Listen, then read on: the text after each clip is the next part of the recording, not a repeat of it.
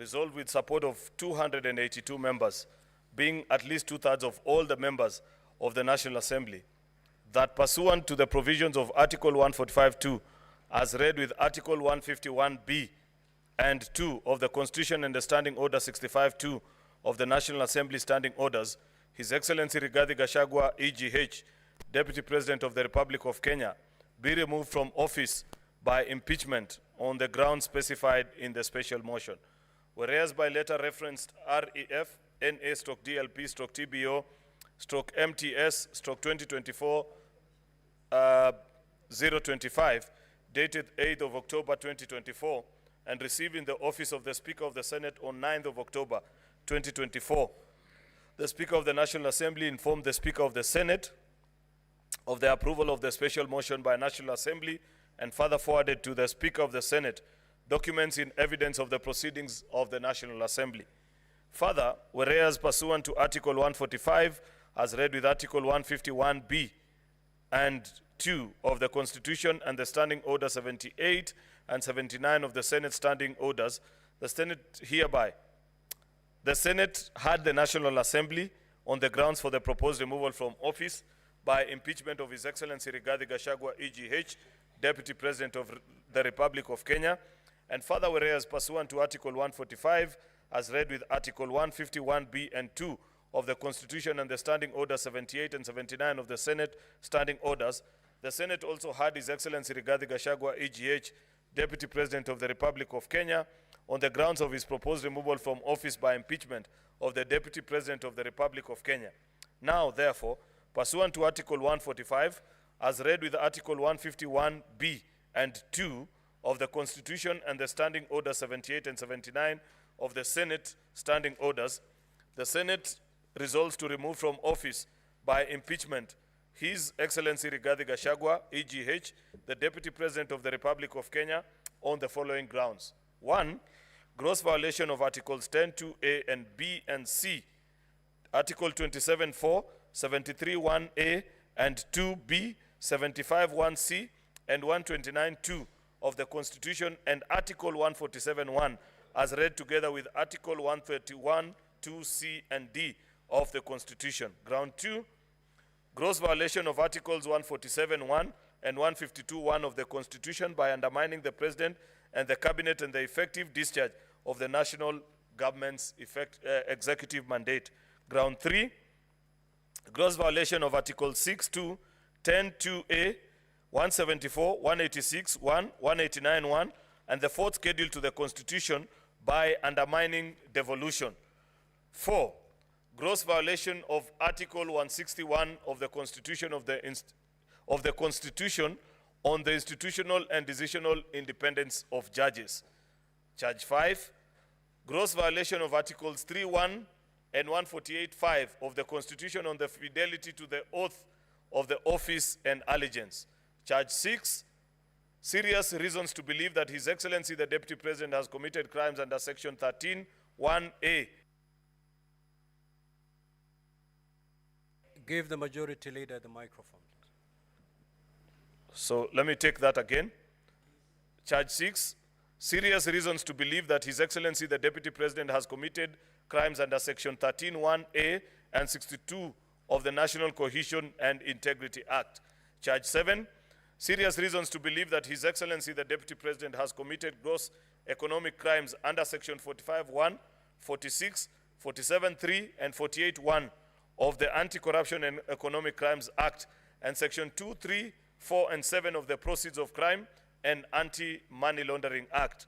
Charge 8, serious reasons to believe that His Excellency the Deputy President has committed crimes by continuously misleading members of the public through false, malicious, divisive, and insightful remarks that are contrary to the provisions of Section 132 of the Penal Code and Section 29 of the Leadership and Integrity Act. Charge 9, gross misconduct that is incompatible with the high calling and dignified status of the office of the Deputy President and a member of the Cabinet and the National Security Council. His Excellency the Deputy President has publicly attacked and undermined the work of the National Security, Intelligence Services and its officers. Charge 10, gross misconduct by openly and publicly subordinating the president, who is the head of state and government. And finally, charge 11, gross misconduct by persistently bullying state officers and public officers. Mr. Speaker, this is a very difficult exercise that the House of the Senate is being called to undertake. It's the first time in the history, actually, of this country that this is happening. Though under the old constitution, pre-2010, Mr. Speaker, such an elaborate process wasn't available. To the best of my recollection, I don't remember this kind of an exercise where the Senate is being invited to agree to charges initiated by the sister house and confirm them after listening to both parties that appeared before us in the National Assembly versus His Excellency Rigathi Gachagua the last 2 days. Mr. Speaker, I do this with a heavy heart because His Excellency, the Deputy President, is somebody that is well known to me. I consider him, Mr. Speaker, more than a colleague in the leadership of this country, more even than just a normal acquaintance in social circles. Majority Leader, you are called upon to give notice. Notice? Oh, okay. Apologies. Mr. Speaker.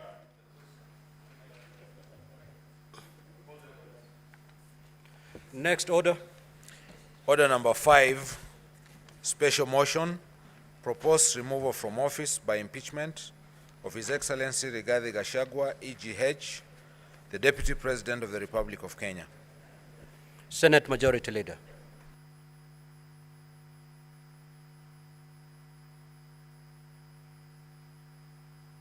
Mic, please. My apologies, Mr. Speaker. I now hereby move the motion, which is a proposed removal from office by impeachment of His Excellency Rigathi Gachagua, EGH, the Deputy President of the Republic of Kenya. That aware that the National Assembly on the 8th of October 2024 resolved with the support of 282 members, being at least 2/3 of all the members of the National Assembly, that pursuant to the provisions of Article 145(2), as read with Article 151(b) and 2 of the Constitution and the Standing Order 65(2) of the National Assembly Standing Orders, His Excellency Rigathi Gachagua, EGH, Deputy President of the Republic of Kenya, be removed from office by impeachment on the grounds specified in the special motion. Whereas by letter, reference NA/DLP/TBO/MTS 2024 into bracket 025, dated 8th of October 2024, and received in the office of the Speaker of the Senate on the 9th of October 2024, the Speaker of the National Assembly informed the Speaker of the Senate of the approval of the special motion by the National Assembly and further forwarded to the Speaker of the Senate documents in evidence of the proceedings of the National Assembly. Further, whereas pursuant to Article 145, as read with Article 151 and 2 of the Constitution and the Standing Orders 78 and 79 of the Senate had the National Assembly on grounds for the proposed removal from office by impeachment of His Excellency Rigathi Gachagua, EGH, Deputy President of the Republic of Kenya. And further, whereas pursuant to Article 145, as read with Article 151(b) and 2 of the Constitution and Standing Order 78 and 79 of the Senate Standing Orders, the Senate also had His Excellency Rigathi Gachagua, EGH, Deputy President of the Republic of Kenya, on the grounds of his proposed removal from office by impeachment of the Deputy President of the Republic of Kenya. Now, therefore, pursuant to Articles 145, as read with Article 151(b) and 2 of the Constitution and the Standing Orders 78 and 79 of the Senate Standing Orders, the Senate resolves to remove from office by impeachment His Excellency Rigathi Gachagua, EGH, Deputy President of the Republic of Kenya, on the following grounds. 1, gross violation of Articles 10(2)(a), (b), and (c), Article 27(4), 73(1)(a), and 2(b), Article 75(1)(c), and 129(2) of the Constitution, and Article 147(1), as read together with Article 131(2)(c) and (d) of the Constitution. Charge 2, gross violations of Articles 147 and 152 of the Constitution by undermining the President and the Cabinet and effective discharge of the national government's executive mandates. Charge 3, gross violations of Articles 6.2, 10, 2A, and 174, 186.1, and 189.1, and the fourth schedule to the Constitution by undermining devolution. 4, gross violations of Article 161 of the Constitution on the institutional and decisional independence of judges. 5, gross violations of Articles 3.1 and 145.5A of the Constitution on the fidelity to the oath of office and allegiance. Charge 6, serious reasons to believe that His Excellency the Deputy President has committed crimes under Sections 13(1)A and 62 of the National Cohesion and Integration Act. Charge 7, serious reasons to believe that His Excellency the Deputy President has committed gross economic crimes under Sections 45(1), 46, 47(a), 3, and 48(1) of the Anti-Corruption and Economic Crimes Act and Sections 2, 3, 4, and 7 of the Proceeds of Crime and Anti-Money Laundering Act. Charge 8, serious reasons to believe that His Excellency the Deputy President has committed crimes by continuously misleading members of the public through false, malicious, divisive, and insightful remarks that are contrary to the provisions of Section 132 of the Penal Code and Section 29 of the Leadership and Integrity Act. Charge 9, gross misconduct that is incompatible with the calling and the dignified status of the office of the Deputy President and a member of the Cabinet and the National Security Council. His Excellency the Deputy President that has publicly attacked and undermined the work of the National Security Intelligence Services and its officers. Charge 10, gross misconduct by openly or publicly subordinating the President, who is the head of state and government. 11, gross misconduct by persistently bullying state and public officers. Mr. Speaker, I have observed that this is such a momentous task ahead, and I never imagined a few years ago, Mr. Speaker, that it will be possible after the journey that we have traveled with His Excellency the Deputy President in the political side that I belong to, that hardly 2 years down the line, I will have the difficult task of having to move the impeachment motion against him after listening to this case brought to this House by the National Assembly, in the case titled the National Assembly versus His Excellency Rigathi Gachagua. And the last 2 days, Mr. Speaker, together with other Kenyans, we have watched with lots of bewilderment, hard to believe pronouncements, and difficulty, Mr. Speaker, to believe that here is where we find ourselves as a nation.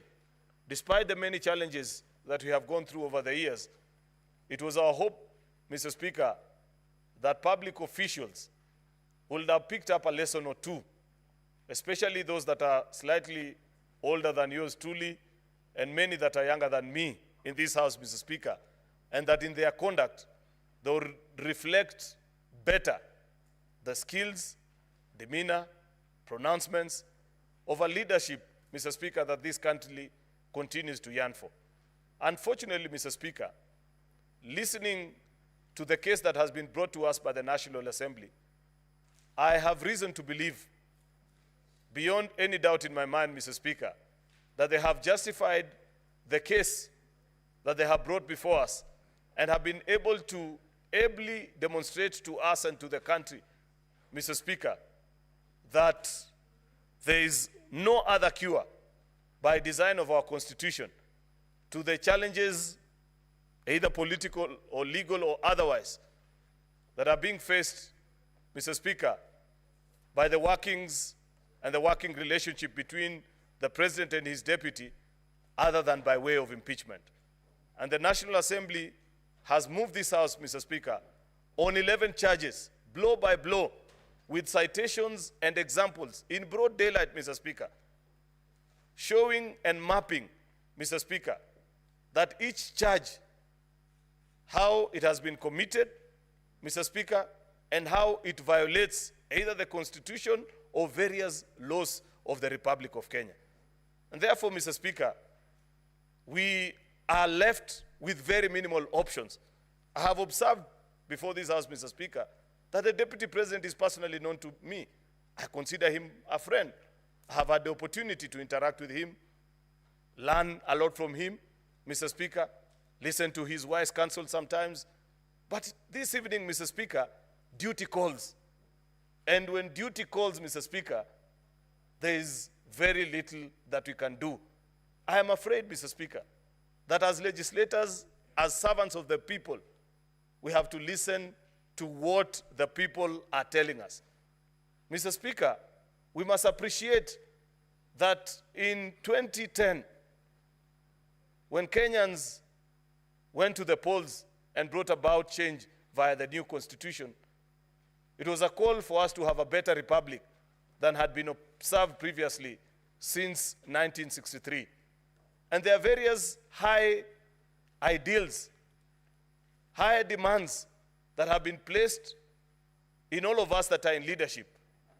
And I must add quickly, Mr. Speaker, that as you rise in stature from a member of a county assembly to a member of the National Assembly, senator, governor, deputy president, and eventually even as president, Mr. Speaker, that as you ascend in the hierarchy of leadership, the demands by the Constitution are even more.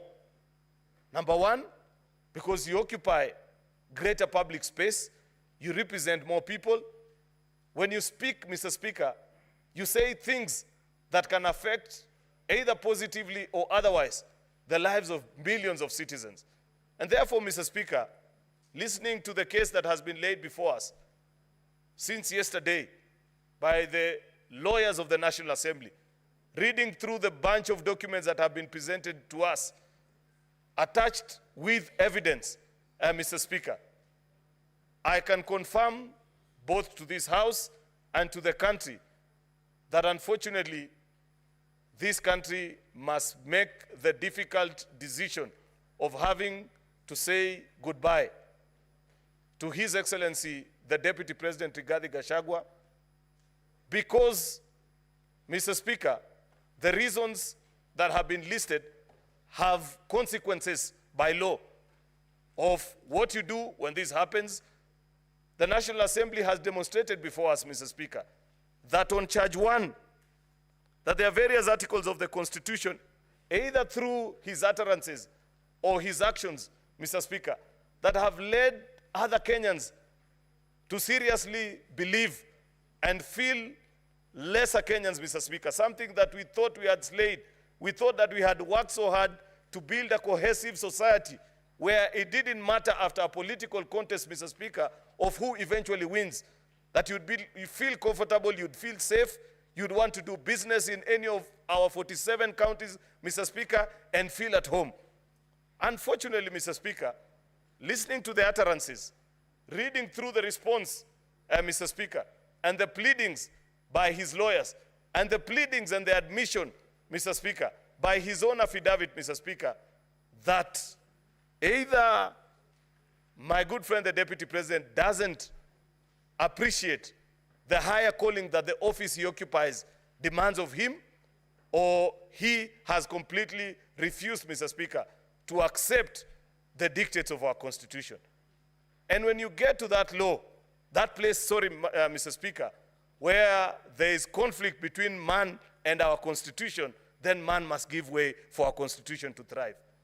That is a demand of a public office. Mr. Speaker, I know this is not an easy exercise.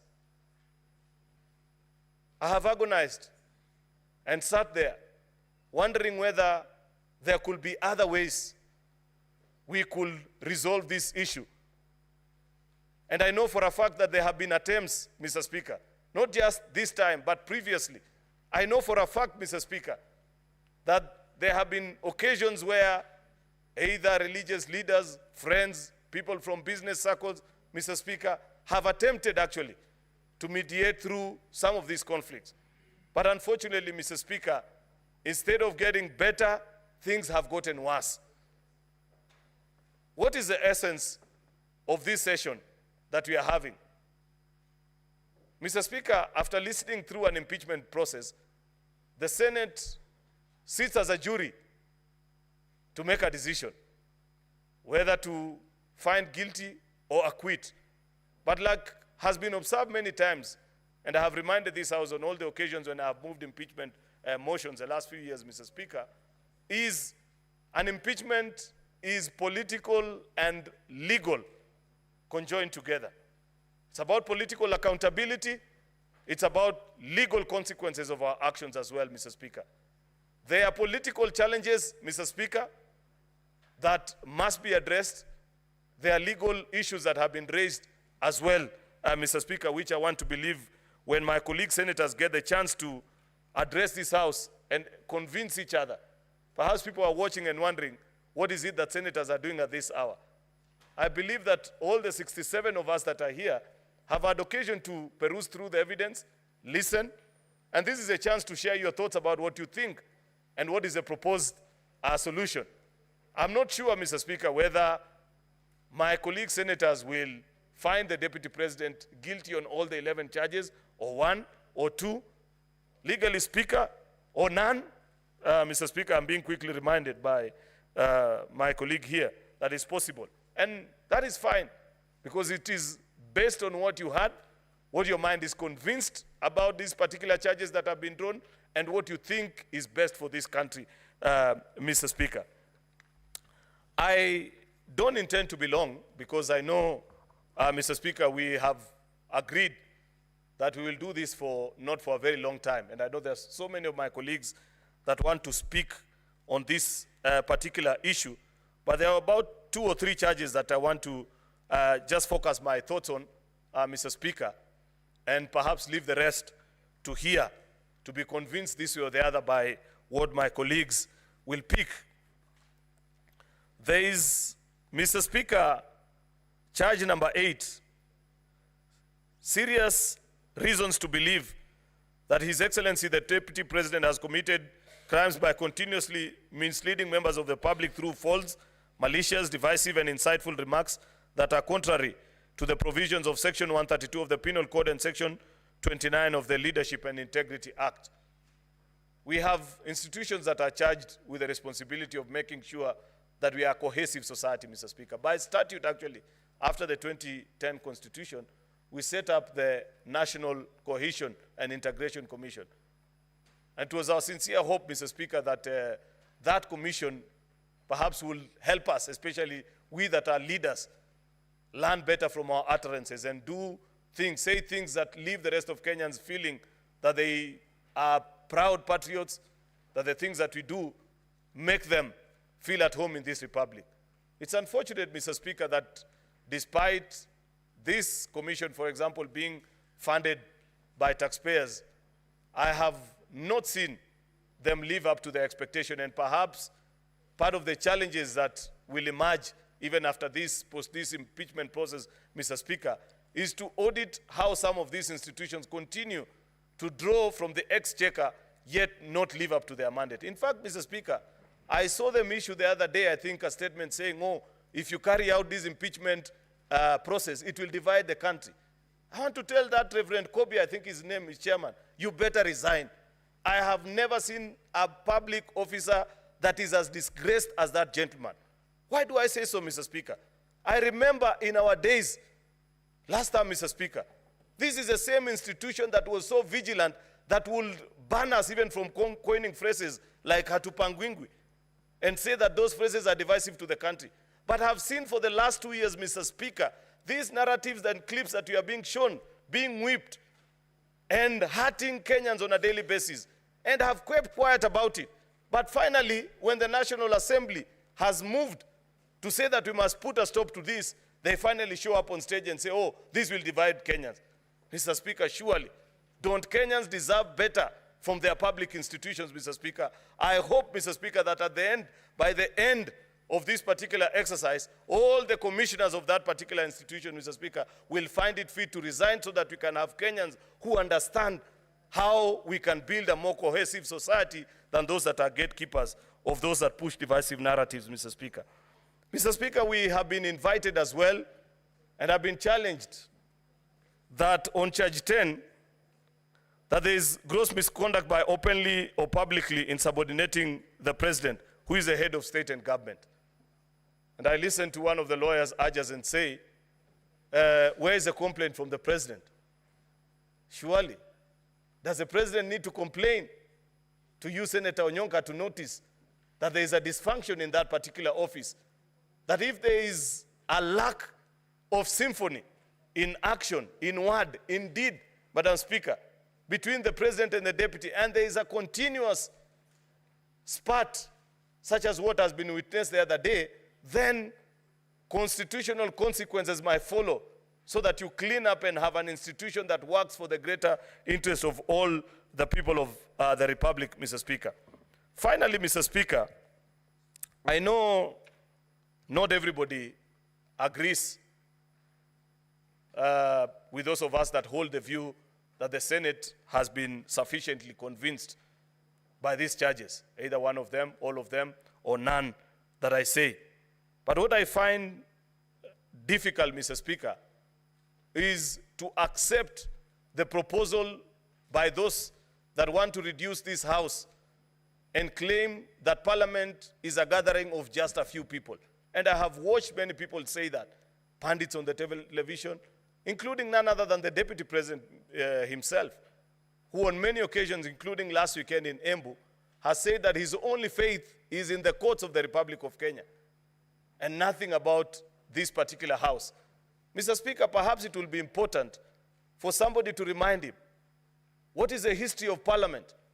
Parliament is a gathering of all Kenyans. I have said many times, Mr. Speaker, that because it is not possible for all the 50 million Kenyans to meet at one place and agree on issues, Mr. Speaker, they agreed to do so through their representatives, Article 2 of our Constitution, Mr. Speaker. And therefore, a gathering of a House of Parliament, Mr. Speaker, cannot simply be wished away by being described that a few members either overturning or undermining the will of the people of Kenya. I believe Kenyans speak directly through the election or indirectly through their elected representatives, who are the people in the National Assembly, in the Senate, in our county assembly. And therefore, Mr. Speaker, when institutions of accountability are dispensing their constitutional mandate, such as what we are doing today, Mr. Speaker, if you respect our Constitution, then respect the outcome and the processes that have been initiated and concluded in Houses of Parliament, Mr. Speaker, just as you do with courts of law. And I appreciate, Mr. Speaker, that on many accounts, I know this process has attracted close to 30 petitions in our courts of law.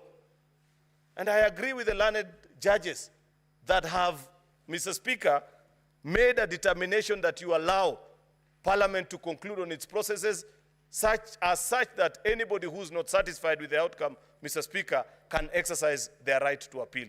And therefore, Mr. Speaker, in the interest of time and knowing that many of my colleagues want to speak to this particular issue, I want to conclude it at that and request that the Senate Minority Leader, retired Justice Stewart Mazayo, the Senator for Kilifi, does go ahead and second this motion. I thank you, Mr. Speaker.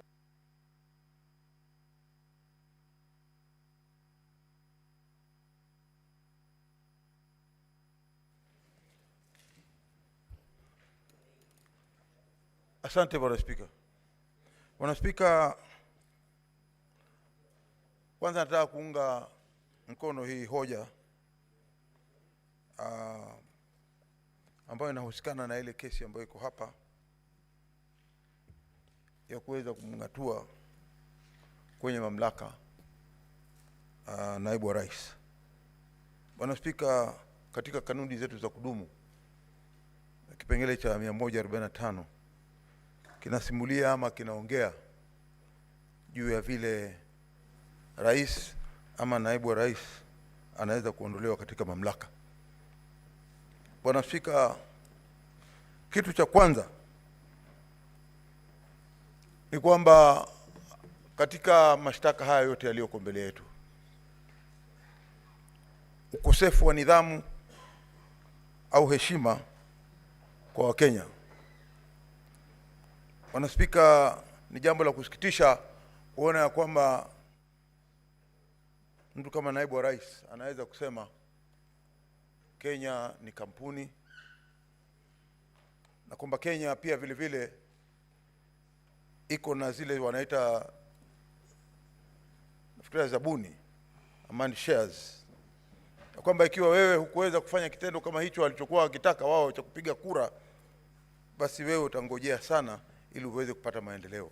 Bwana Spika, tukiangalia zaidi tunaona ya kwamba mtu akiwa naibu wa rais, yeye anakuwa kiungo muhimu sana cha kuweza kuunganisha taifa. Sasa wewe ukiwa kama naibu wa rais na umechaguliwa, kazi yako wewe, waliokupigia kura, ambao hawakukupigia kura, wewe maendeleo ni lazima yafike kwenye mashinani ya kote nchini. Na wewe ni ndugu, ni baba, ni babu, ni mzee wa nchi hii. Kila mahali unapokwenda unatakana kuheshimika katika nchi yetu.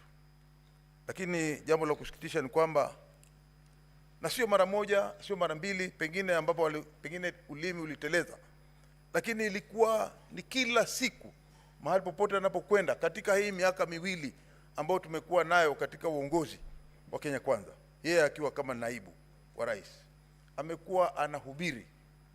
Hata amekwenda maeneo ya ndugu yangu, na mimi namjua huyu ni Mkenya kabisa, ndugu yangu Cherargei, akatamka tena maneno kama hayo mwisho. Na sisi tunasema kwamba maneno ya kuweza kutenganisha Wakenya ama kuwapatia kwamba sisi tumepata, kwa hiyo kule wale wengine watabaki. Nchi ya Kenya ni nchi moja, na kama kulipa ushuru, kila mtu analipa ushuru. Pia sisi kama watu tunaotoka pande za pwani, pande za Kisumu, pande za Western, pande za kila mahali katika Kenya, watu wote wanalipa ushuru. Kwa hiyo nafikiri kwa maoni yangu ni jambo la kusikitisha kuona ya kwamba naibu wa rais anaweza kutamka vile aliweza kutamka ya kwamba Kenya ni kampuni na lazima uwe na zabuni ya kutosha ili uweze kupata maendeleo. Bwana Spika, vile vile mimi nitaongea kwa upande ule ninaotoka wa Kilifi, mahali panaitwa Vipingo, mahali ambapo yeye ana hoteli ya familia. Maanake hoteli ilikuwa ya ndugu yake, lakini hatimaye yeye akaweza kuichukua ile hoteli. Sitaenda kwa upande ule wa mwingine wa kwamba pengine ilikuwa ya nani, lakini ilikuwa ya hiyo familia. Kitu cha kusikitisha ni kimoja tu. Katika maendeleo yale ambayo tunahitaji sana ndani ya Kilifi ni barabara. Na mojawapo ambao sisi tulikuwa tunalalamika zaidi upande ule ni kwamba barabara iligeuzwa na ikatoka barabara ya kutoka Mombasa mpaka Malindi, katikati ikageuzwa na ikaenda ndani mpaka kwa hoteli ile inaitwa Vipingo Resort Limited or something like that, ikaenda mpaka kule. Hiyo ni mali ambayo ingekuwa ilifaidisha zaidi watu wa Kilifi, hususan kwenye wakulima na wafanyabiashara na wananchi kama kawaida kupata maendeleo ya kuona barabara hizo, lakini yeye akaigeuza na ikaenda kwake. Mimi mwenyewe nilipata nafasi ya kwenda huko, Bwana Spika. Bwana Spika, utaona kwamba barabara inahepa Mikanju, inahepa mpaka Miembe ikienda kwenye hiyo hoteli, ambapo sio jinsia ya vile barabara huwa zinatengenezwa. Bwana Spika, hapo tukaona kwamba ni kiukaji wa nidhamu. Bwana Spika, vile vile ningependa kusema kwamba si sote ni watu ambao tunaamini kwamba kunaye Mungu, na ukimkosea Mungu yeye mwenyewe huwa anajua kuna wakati fulani atakuja kukuadhibu. Bwana Spika, tumeona ya kwamba wale ambao walikuwa wamekosewa hivi sasa kuna malipo ambayo yanaendelea. Bwana Spika, tukiangalia haya malipo ni kwamba imetokea kwamba zile mali zote, watoto wote wale wa yule ndugu yake mkubwa aliyefariki. Jambo la kusikitisha kuona ya kwamba mimi ama ndugu yangu yoyote hapa ndani ya Senate hatuombi lakini ukifa kama mali yako haitakwenda kwa watoto wako, inaenda kwa ndugu yako na bibi yake na watoto wake, tunaona hiyo pia ni ukosefu wa kuona nidhamu ndani ya familia, ambao wewe kama kiongozi wa familia unatakana uilinde na uitunze. Naona kwamba wameweza kupata maendeleo.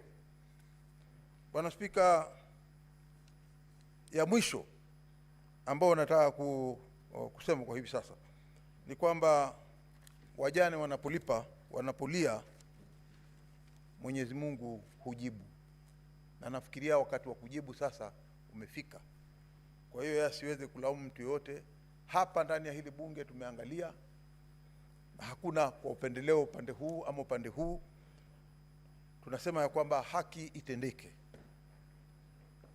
Mwisho nataka kusema ya kwamba pia kuna ile ya kwamba ikiwa tuko katika timu kama wewe uko katika cabinet, vile vile Bwana Spika, tunaona ya kwamba katika yeye akiwa kama mmoja wapo wale watu ambao wanaketi katika kamati ile ya kuangalia katika nchi ya ujasusi, yale NIS, alitamka mambo ambayo yalikuwa hayafai ya kuweza kulaumu kiongozi wa ujasusi, ambapo haikuwa na maana yoyote. Kama kulikuwa kuna nia ya kusema kitendo kama hicho, angekuwa alimuita kamishna yule wa polisi IG, njoo hapa, na akamuita yule mkuu wa ujasusi, njoo hapa, na akaketisha pamoja. Je, wewe mkuu wa ujasusi uliweza kupeleka ripoti yako kwa mkuu wa polisi, ama akaulizwa yule akajibu akasema amepata ama hakupata? Lakini kwenda kwa mkutano wa hadhara na kuanza kusema mtu fulani hafanyi kazi ndani ya ofisi yake, hilo lilikuwa ni kosa kubwa sana, na ambalo huwezi kuficha siri ya yale yanayotendeka katika ujasusi, katika ile kazi zao za ujasusi. Bwana Spika, kwa vile mimi ninaona njia ambayo ameelekea na kazi zake hakuweza kuelekea kisawasawa, na mimi kwa maoni yangu, na najua ndio maoni ya wengi, imeonelea kwamba hapa sababu hizi ambazo zililetwa ya kwamba aliweza kukosea utendakazi wake, aondolewe katika mamlaka. Naunga hoja hii. Asante Bwana Spika.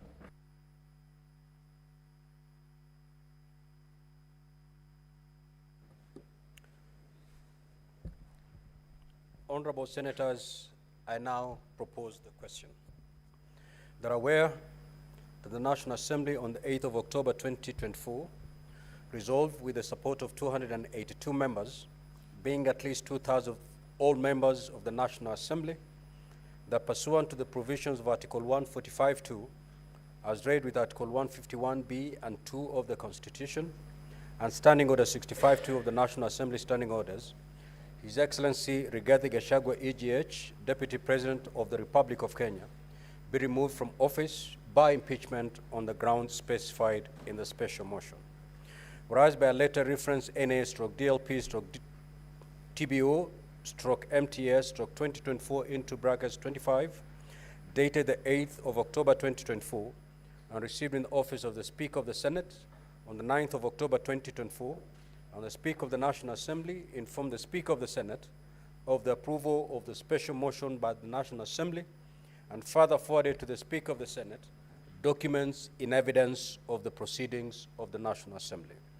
Further, whereas pursuant to Article 145, as read with Article 151(b) and 2 of the Constitution, and Standing Orders 78 and 79 of the Senate Standing Orders, the Senate had the National Assembly on the grounds for the proposed removal from office by impeachment of His Excellency Rigathi Gachagua, EGH, Deputy President of the Republic of Kenya.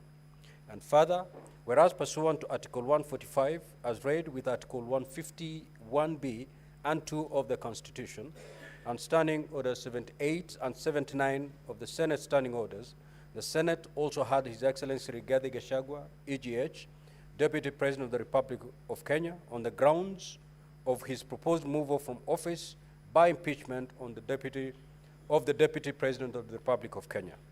Now, therefore, pursuant to Article 145, as read with Article 150, 1B, and 2 of the Constitution, and Standing Orders 78 and 79 of the Senate Standing Orders, the Senate resolves to remove from office by impeachment His Excellency Rigathi Gachagua, EGH, Deputy President of the Republic of Kenya, on the following grounds. 1.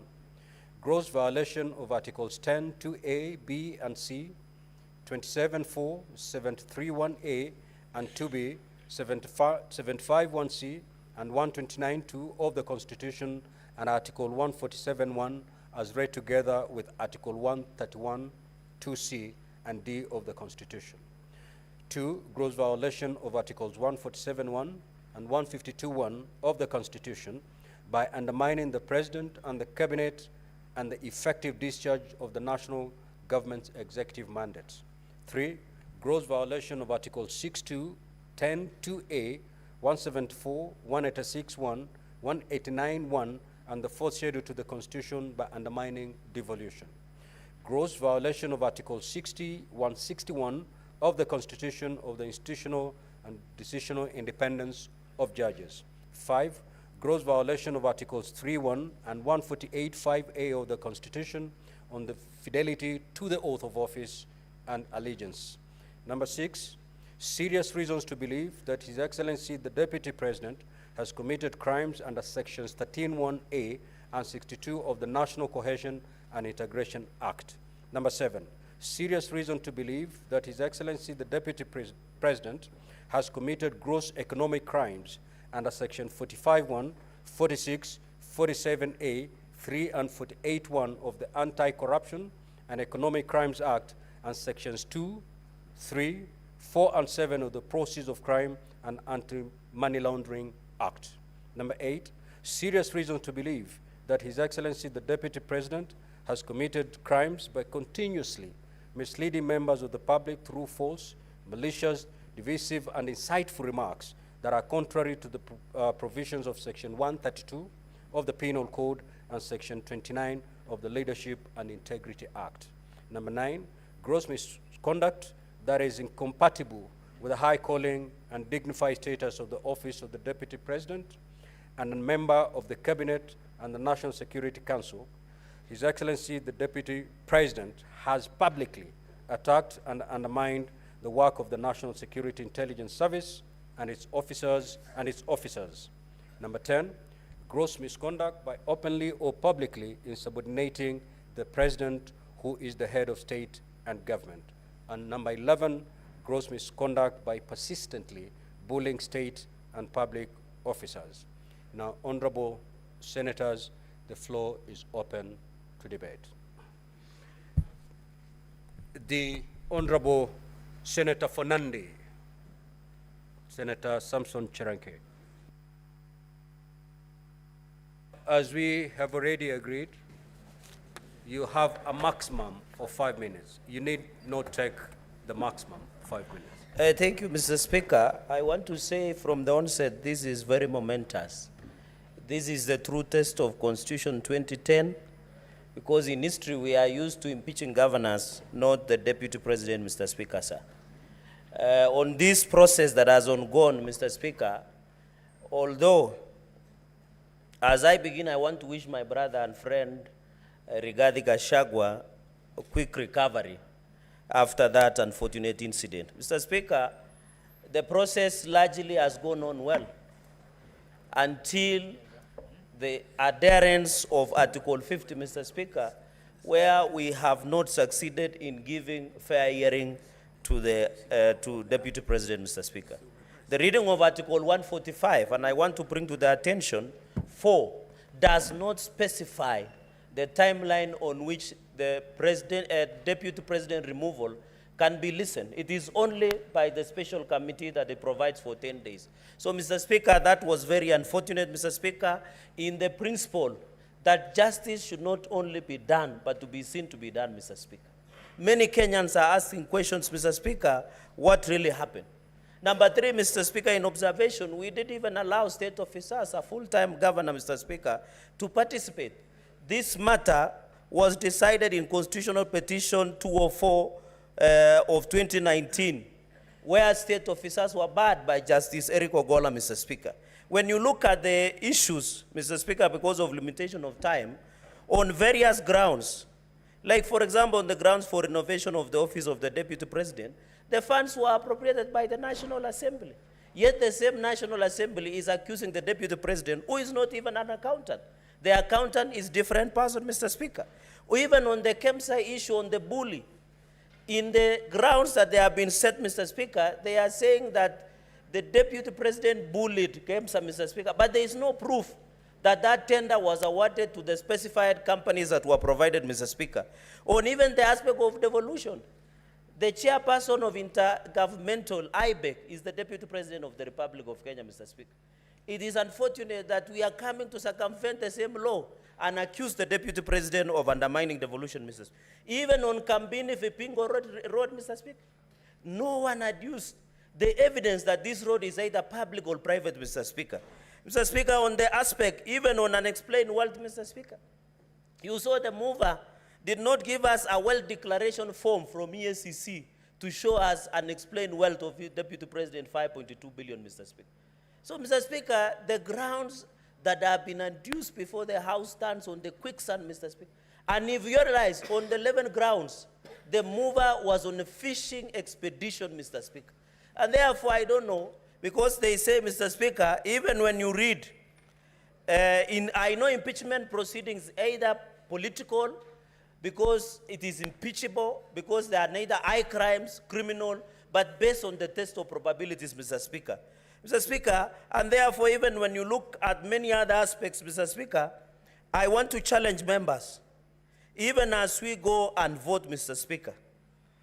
If you see, as Francis Mboga, the play that was written in 1976, Mr. Speaker, they say, Mr. Speaker, if the madness of the nation disturbs a solitary mind, Mr. Speaker, it is not enough to say that man is mad, Mr. Speaker.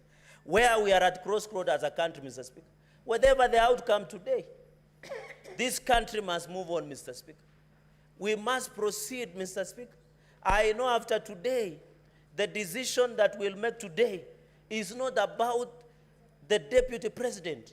It's about the justice to Deputy President, justice to the people of Kenya, justice to each and every Kenyan who voted for the Deputy President, Mr. Speaker. And I want to finish by reading the book of Zechariah, chapter 8, verse 16, Mr. Speaker. I am preaching today, Mr. Speaker. And may it get to the souls, Mr. Speaker. Amen. Zechariah, Mr. Speaker, 8, verses 16. And even Glenn Washington, Mr. Speaker, and Morgan Heritage in Reggae, they say a man is not guilty until it is accused of being.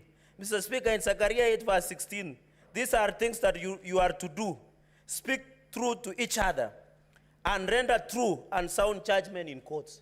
Senate, my colleagues, by the time you cast your vote, think about it. It is not about Rigathi. It is not about anybody else. It is about the Republic of Kenya, our children, our nation, Mr. Speaker. I finish by saying,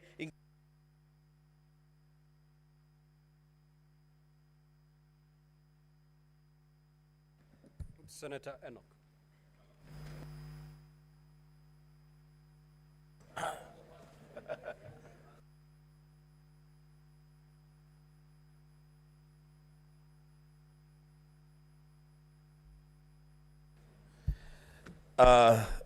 Thank you, Mr. Speaker. Mr. Speaker, there is a reason why my colleagues call me bishop, others call me pastor. Mr. Speaker, the book of Deuteronomy, chapter 19, from verse 18 to 19. It says that the judges shall inquire diligently, and if the witness is a false witness and has accused his brother falsely, then you, the judges, shall do to him as he had meant to do to his brother. So you shall purge the evil from your midst. Mr. Speaker, I did not know that I would be a senator in Kenya at such a time as this, being called upon to judge between the National Assembly and the Deputy President of the Republic of Kenya through a motion brought here by one Honorable Mwengi Mutuse.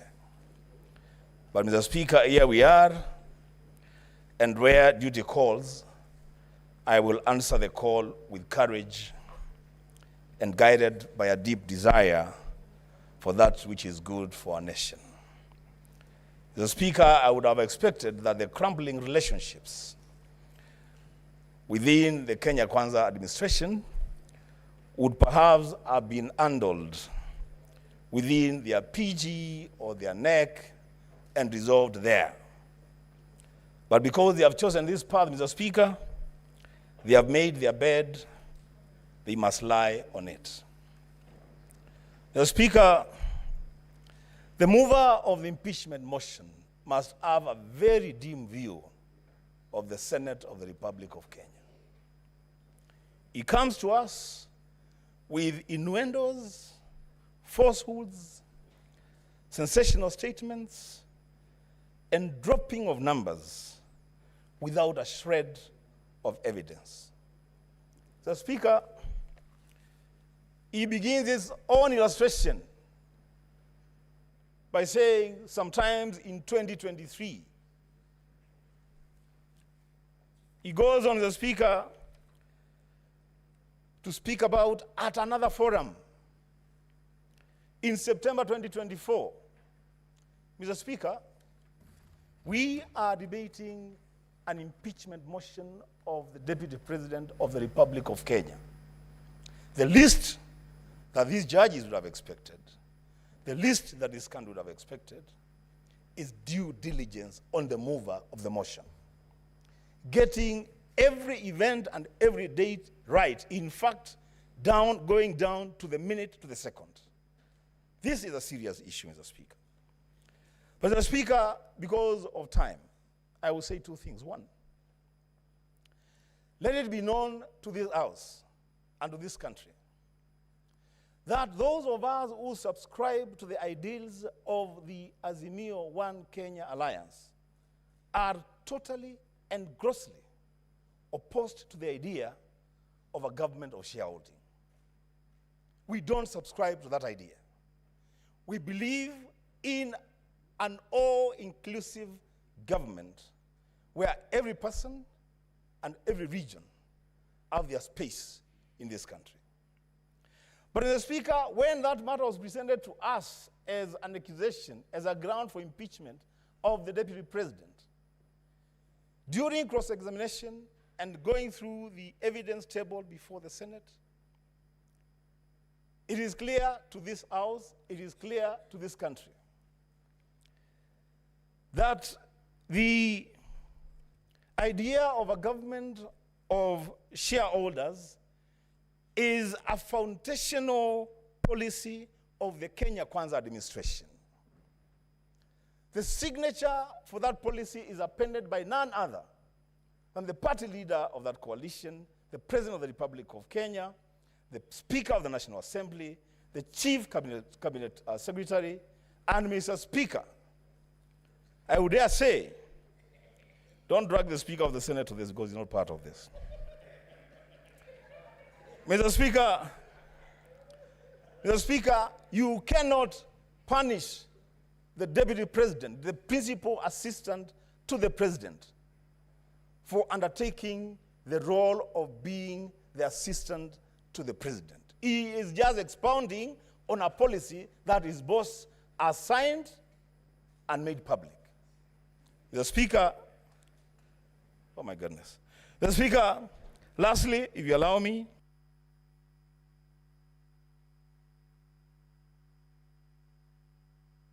Senator Metho.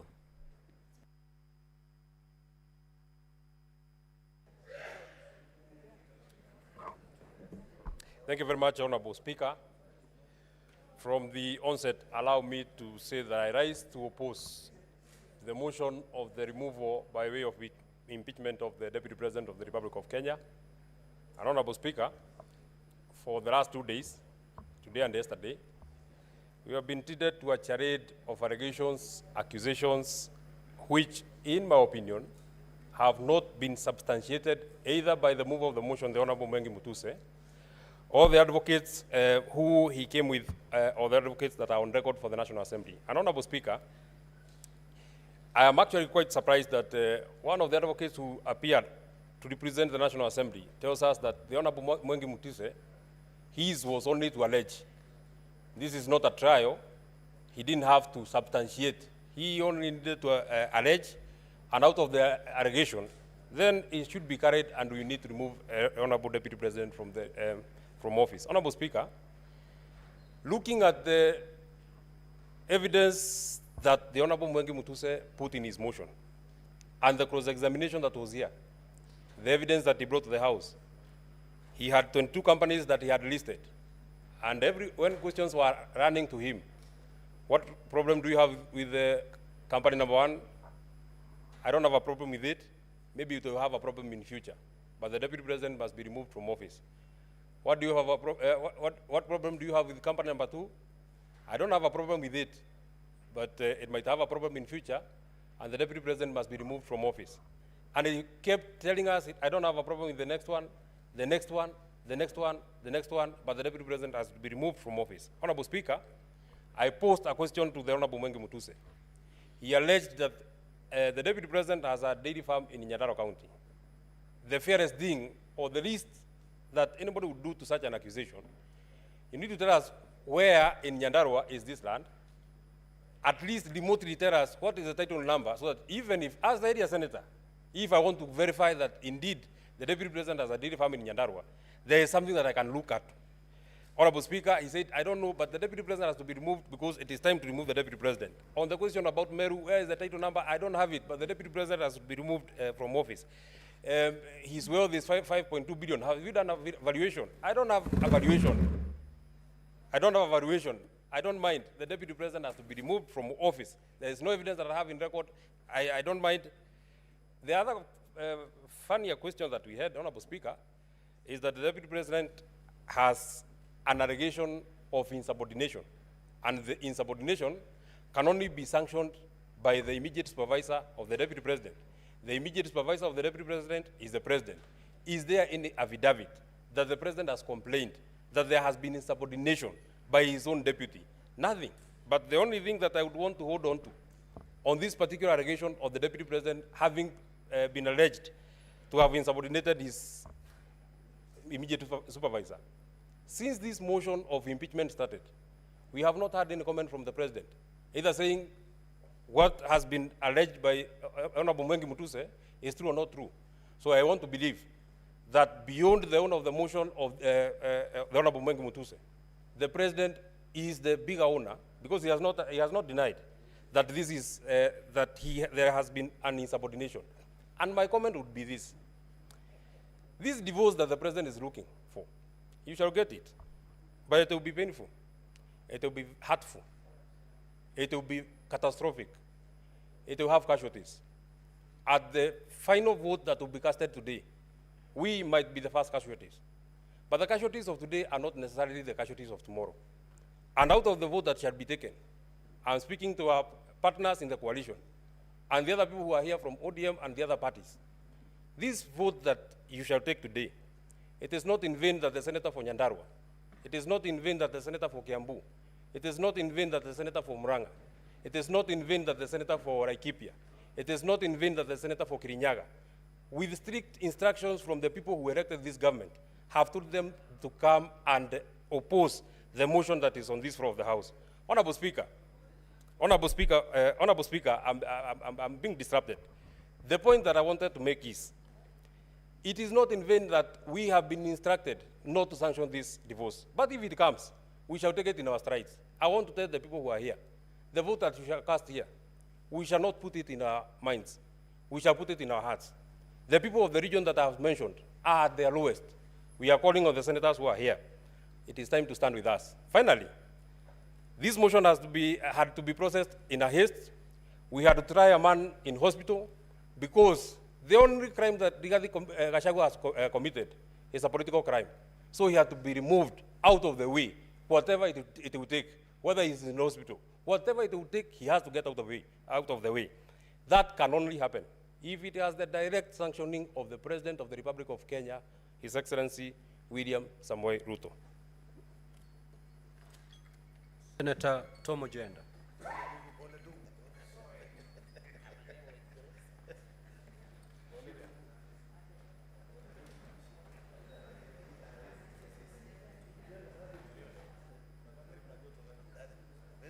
Honorable Speaker, it is with a heavy heart that I stand in Senate today to comment on the motion and the 11 charges that have been preferred against the Deputy President, His Excellency Rigathi Gachagua.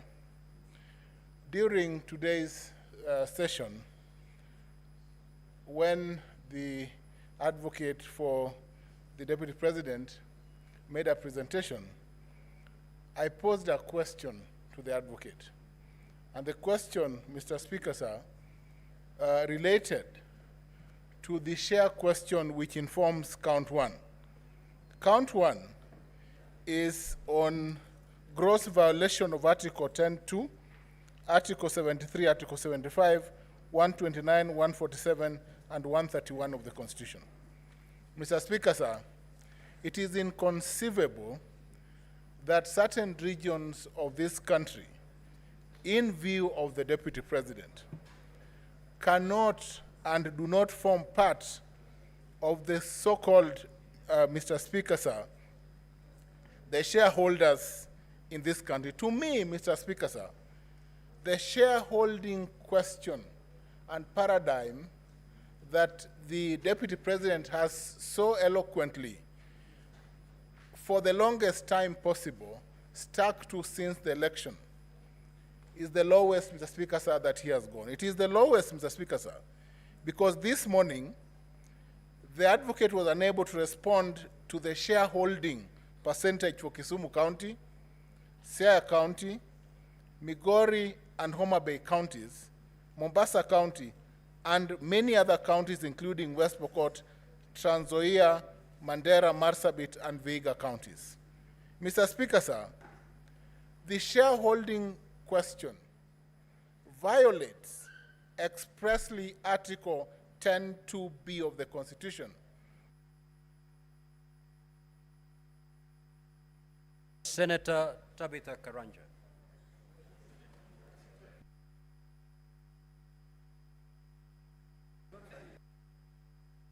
You have 2 more minutes. It's a system flow. Mr. Speaker, I thought that was rigging. I thought that was rigging. But Mr. Speaker, sir, may I move to just conclude, to move? Mr. Speaker, sir, the presidency of this country, and we have moved under Articles 145 to 150 of the Constitution to impeach the Honorable Deputy President. The embodiment of the role of the President at Article 131 of the Constitution, Mr. Speaker, sir, the President is the embodiment of this country. He represents this country, and therefore, Mr. Speaker, sir, any coalition agreements of any nature must crumble in the face of Article 131 upon election. The President and his deputy, who is his assistant, must, Mr. Speaker, sir, embrace the principles of inclusivity and Article 10 and be the face and represent all the people of this country. Submissions made by councils for the National Assembly to the effect, Mr. Speaker, sir, that any instrument, be it a political agreement deposited with the registrar, Mr. Speaker, sir, that violates this principle of necessity, Mr. Speaker, sir, are unconstitutional. And it is in the face, Mr. Speaker, sir, of this first count that I will vote in favor of the impeachment of the Deputy President. Mr. Speaker, the other counts that are set out and that relate to violation of the principles of national cohesion, Mr. Speaker, sir, have been proven by the submissions made before this House this afternoon. Violation of Article 147 and 152 of the Constitution have been proved as set out in the charges framed by the National Assembly. Mr. Speaker, for the first time, let me say this, that this country must pull together in one direction. And that direction, if the president, Mr. Speaker, sir, and the deputy cannot work together, then the interests of this nation cannot be safeguarded by allowing the deputy president to continue being in office if his ideals are clearly in contravention or oppose the ideals that are held by the president of this country. We must support His Excellency President Ruto to run this country in a coordinated manner that Mr. Speaker, sir, brings together all the citizens of this country in a manner that coalesces all the 45. Senator Tabitha Karanja.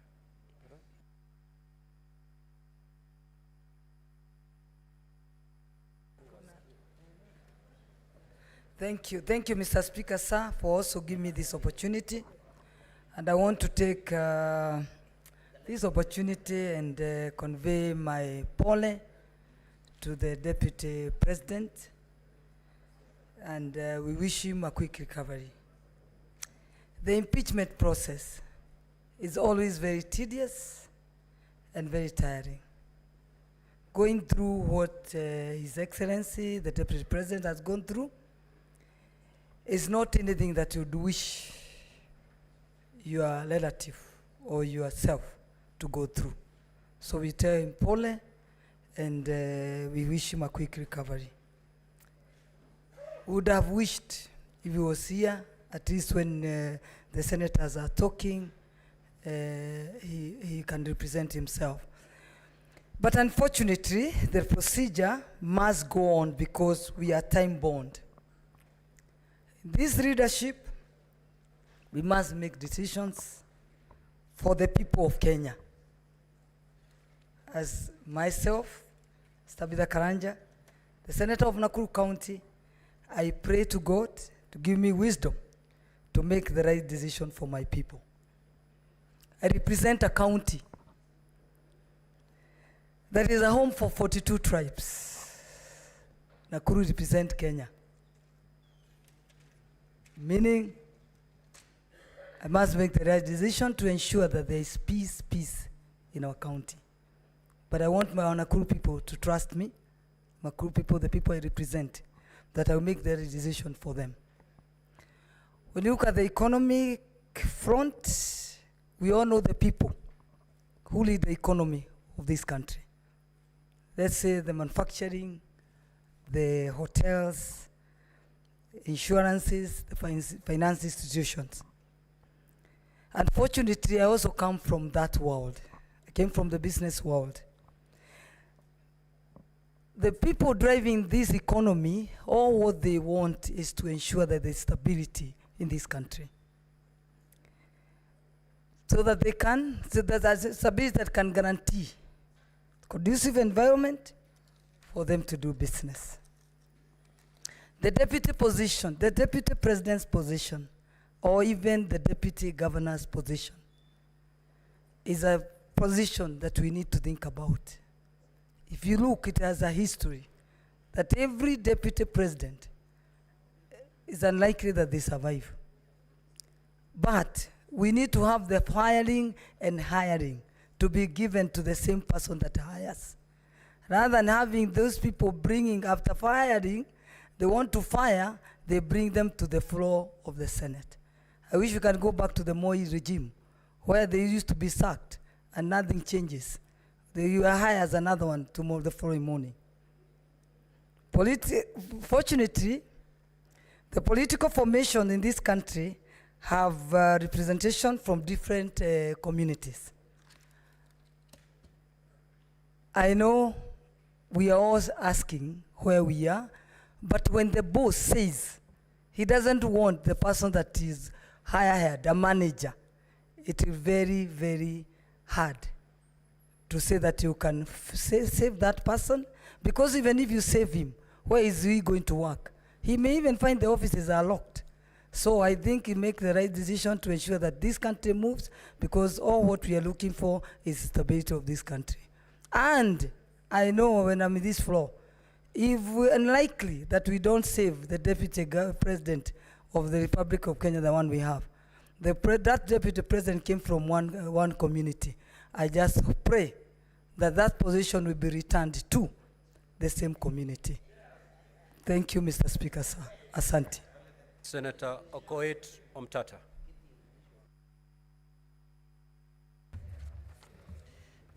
Thank you, Mr. Speaker. I stand here not to defend a good man. It's not important whether His Excellency the DP is a good man or a bad man. I stand here to defend the oath of office that I took to defend the Constitution of Kenya. And that includes giving the devil his due. When the people of Kenya, during public participation, were screaming Kufa Makanga, Kufa Ndereba, they were opposing selective prosecution. They said if Parliament has to hold people accountable, it should not be selective. And I stand here to look at whether this House has complied with the Constitution. Article 150, Clause 2, on the removal of the Deputy President. The grounds for impeachment are set out in Article 145.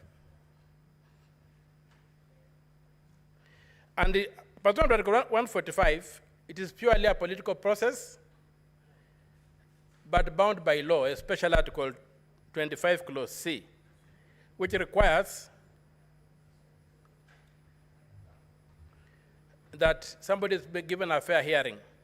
So the removal of the president by impeachment on any ground under Article 145 is a grave matter that involves overturning the sovereign will of the people as expressed in a democratic election. Even more profoundly, it means that the person so removed is prohibited for life from enjoying the rights under Article 38, Clause 3, Paragraph C, to be elected and hold office, to vie for, be elected and hold office. So the constitutional bar that must be cleared for the removal of the president from office is high.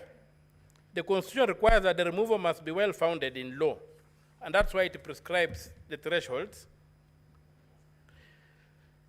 And it must be objective. It is not a simple matter of numbers in the National Assembly and in the Senate. An impeachment is not a vote of no confidence. We must distinguish that. A vote of no confidence is a simple matter with no standards. It's just a political thing that you make, and somebody resigns from office, but he can come back and get to office again. This is an impeachment. So, Article 150, Clause 2 provides that to remove the deputy president, the provisions of Article 144 and 145 relating to the removal of the president, the deputy president, of the president shall apply with the necessary modifications to the removal of the deputy president. The Constitution does not anticipate a situation whereby we apply Article 145 on the removal of the deputy president without modifying it. The phrase is, shall apply with necessary modifications. What modifications has this House made, or the National Assembly made, or Parliament as a collective made to Article 145 before applying it to the Deputy President? Can we impeach the Deputy President using the standard for impeaching the President, when we know very well that the President is immune to prosecution, and therefore the certain standards that apply to him won't apply to the Deputy President? So given that the Deputy President has not enjoyed those immunities, how are we protecting him? How are we ensuring that this process is constitutional? It's my submission there's a total failure on Parliament to have proceeded to impeach the Deputy President without making the necessary modifications to Article 145. And you have seen the potholes we have fallen into. It's okay for the president because the president is immune from judicial processes. But is it okay that the deputy president should be prosecuted using the same standard used for the president? And the drafters of the Constitution. Senator Ali Roba. Thank you very much, Mr. Speaker. I'd like to time so that I don't lose my apologies. Thank you very much, Mr. Speaker. Yesterday, the Council for the Deputy President had really spent a lot of time in trying to bring out non-issues, leaving out the critical substance of the case against the Deputy President.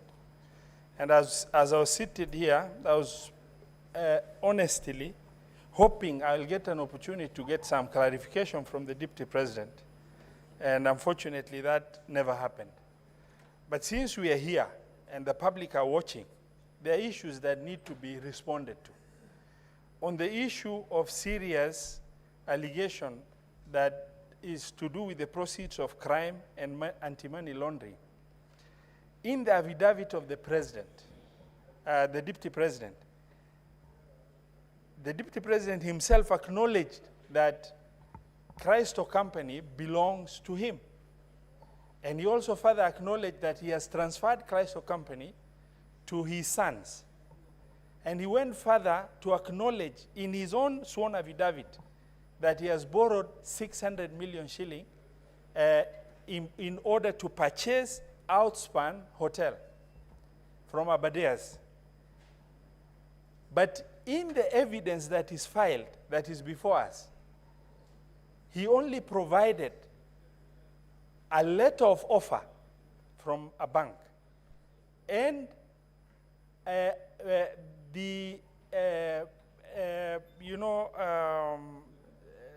resolution of the company.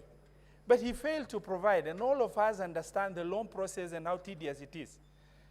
The deputy president failed, and if you are accused and you are threatened to be removed from the office of the deputy president, I believe that the least that was expected of the deputy president and his legal team is to, get with clarity a closed loop by providing the evidence that is required.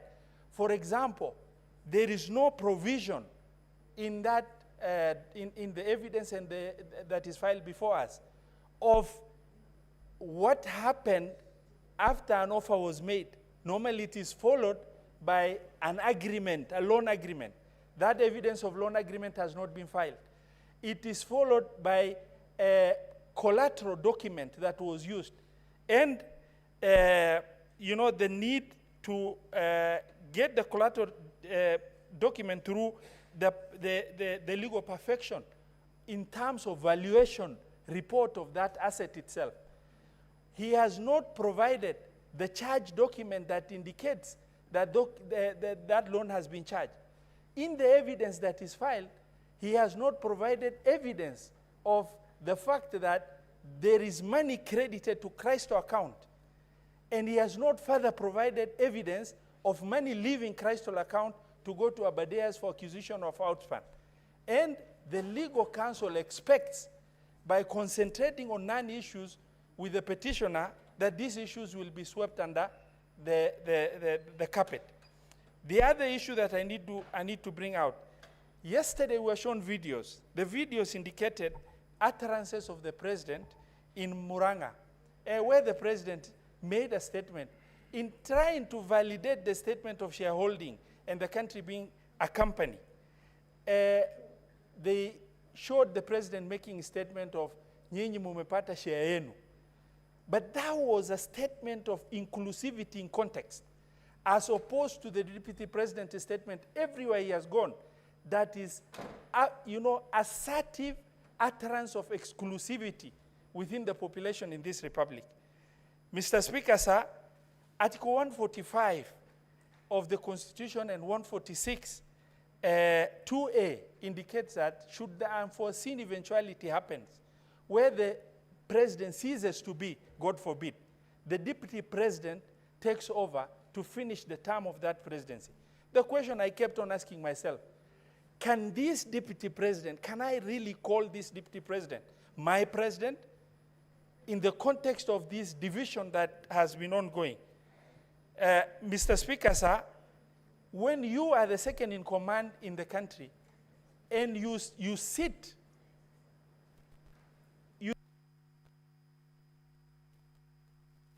Senator Karungo. Senator Karungo. No, I want to speak from the floor.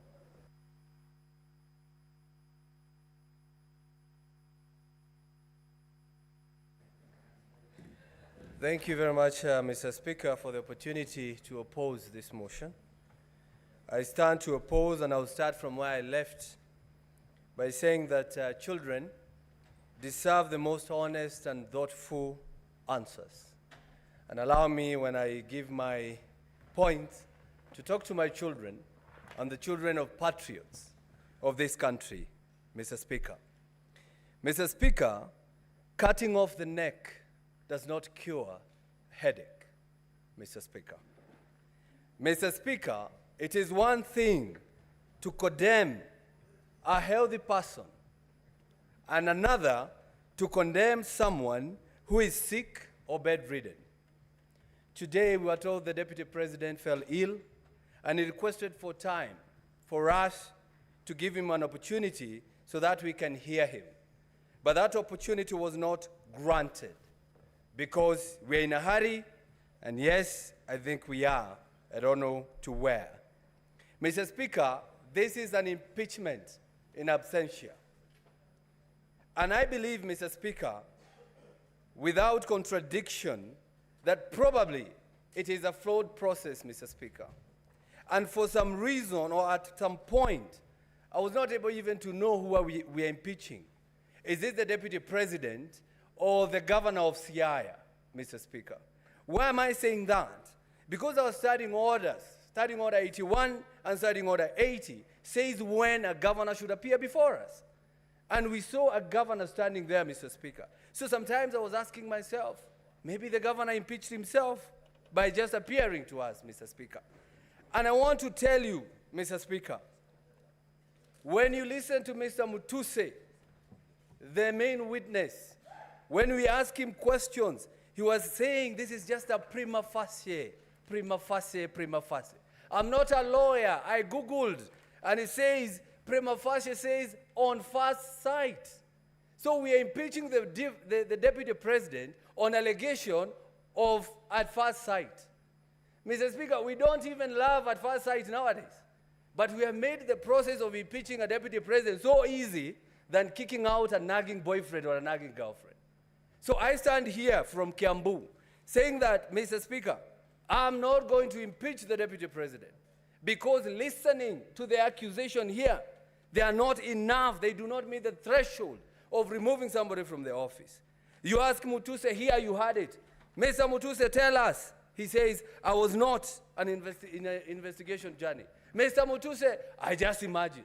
Mr. Mutuse, I don't know. Mr. Mutuse, I believe. Mr. Mutuse, Senate, believe me. Even if you don't believe me in one occasion or in one ground, just take one, the one that you love, Mr. Speaker. Mr. Speaker, it's sad that my brother, a person from my area or my region, the Deputy President of this country is being impeached. And I want to talk to the majority leader, person I really respect, and also the senator for Bomet, Mr. Sigei.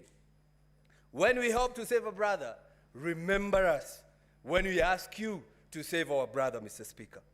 Mr. Speaker, as I conclude on this issue, Mr. Speaker, he who assesses the integrity of others must exemplify an even higher standard of integrity on himself.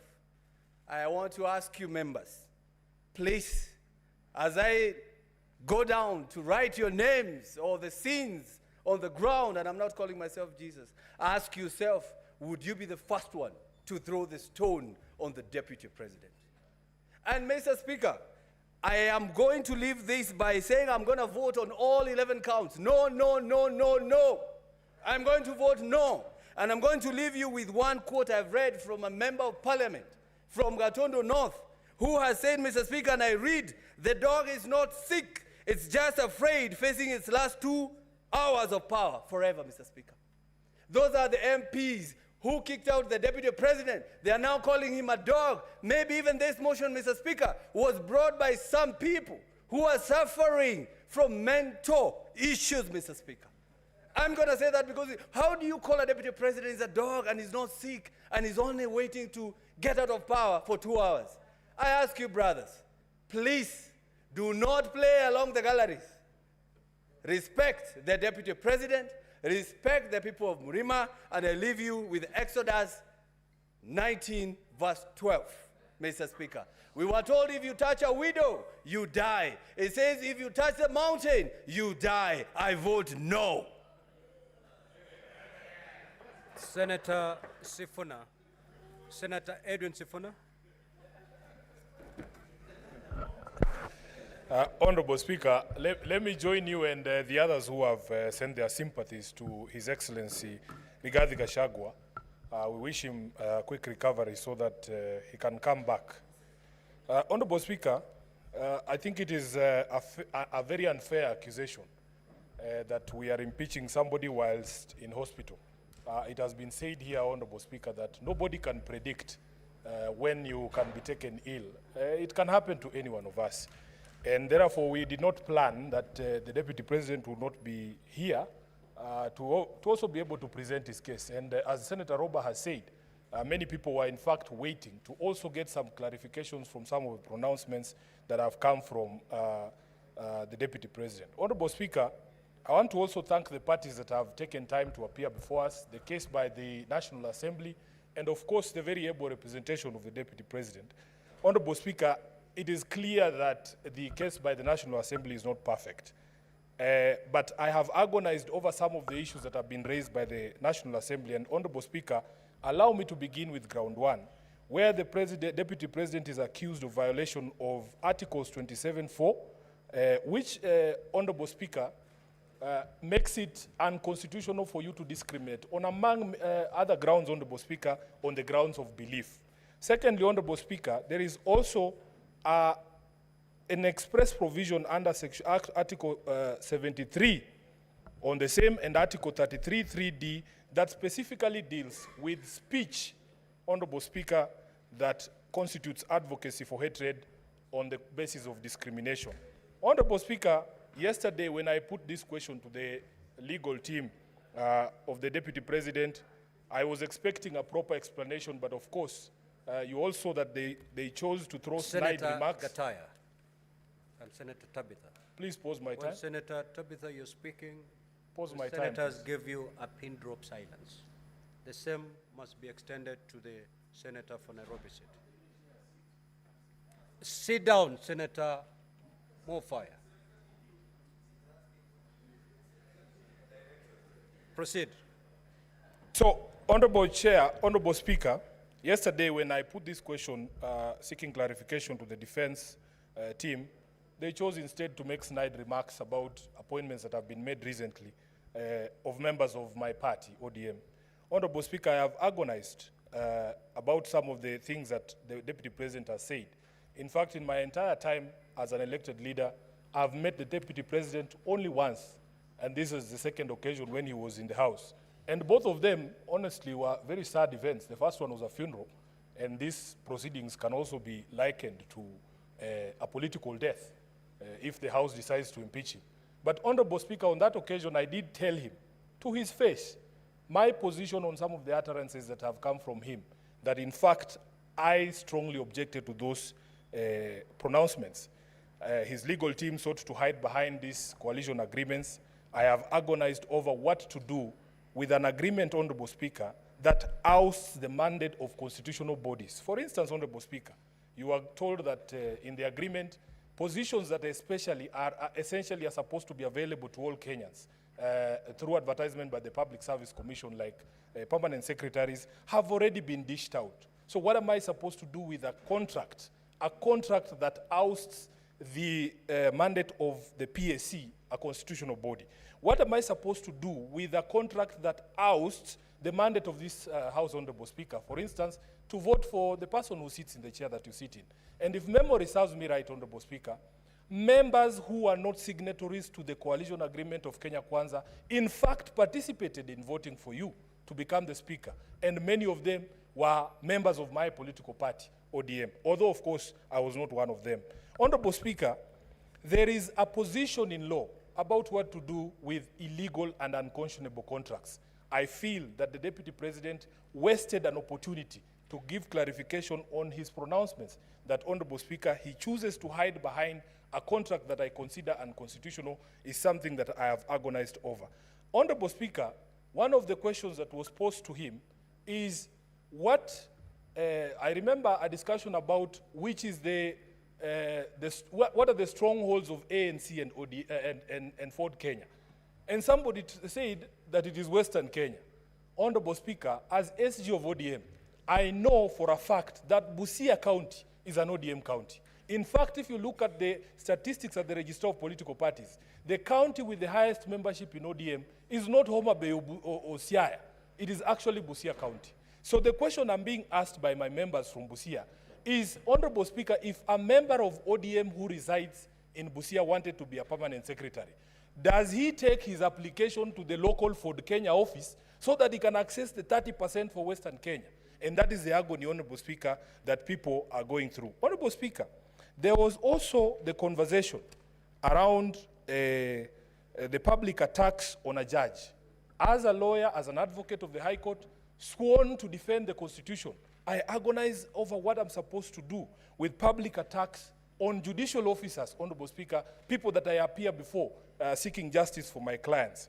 Honorable Speaker, we have a discussion around also attacks on intelligence institutions in our country and the Director General of the Intelligence. Honorable Speaker, it was argued here that in fact, as a member of the National Security Council, the Deputy Speaker has a forum, the Deputy President has a forum to bring up. Senator Karen Nyamu.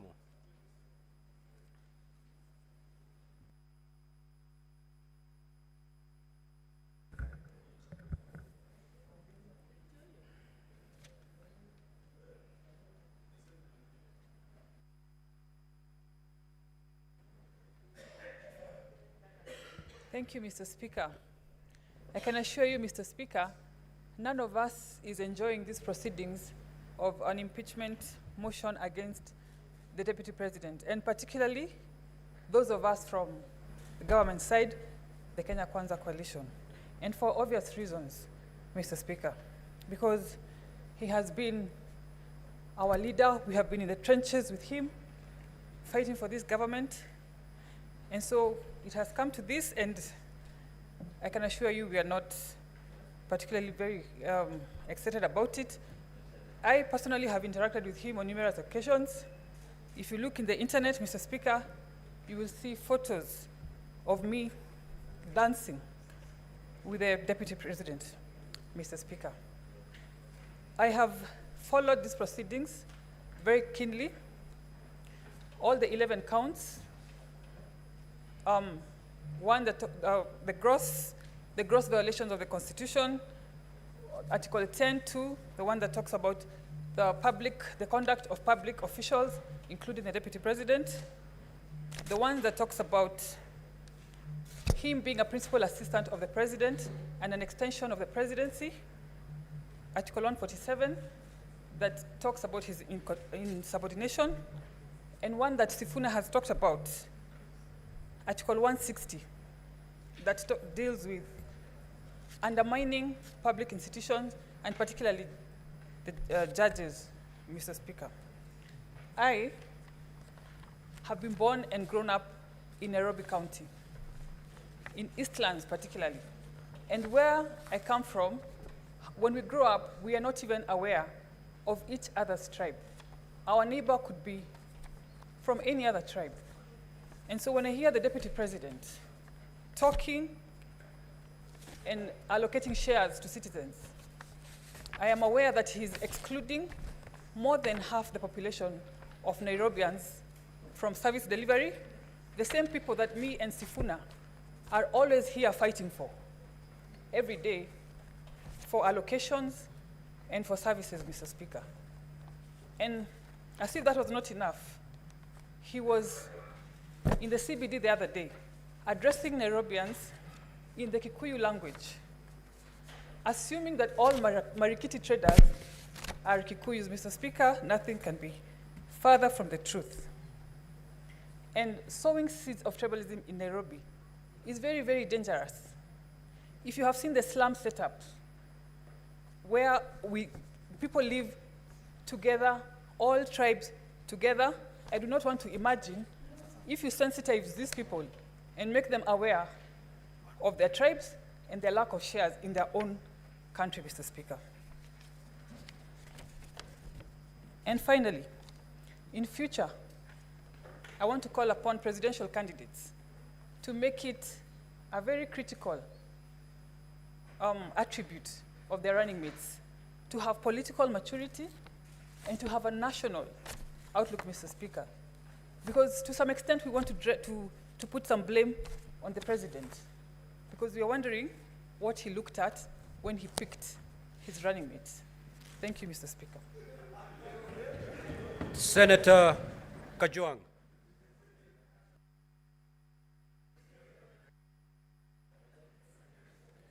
Mr. Speaker, as I make my comments on this motion, I'd like to wish the Deputy President of the Republic of Kenya, Rigathi Gachagua, quick recovery.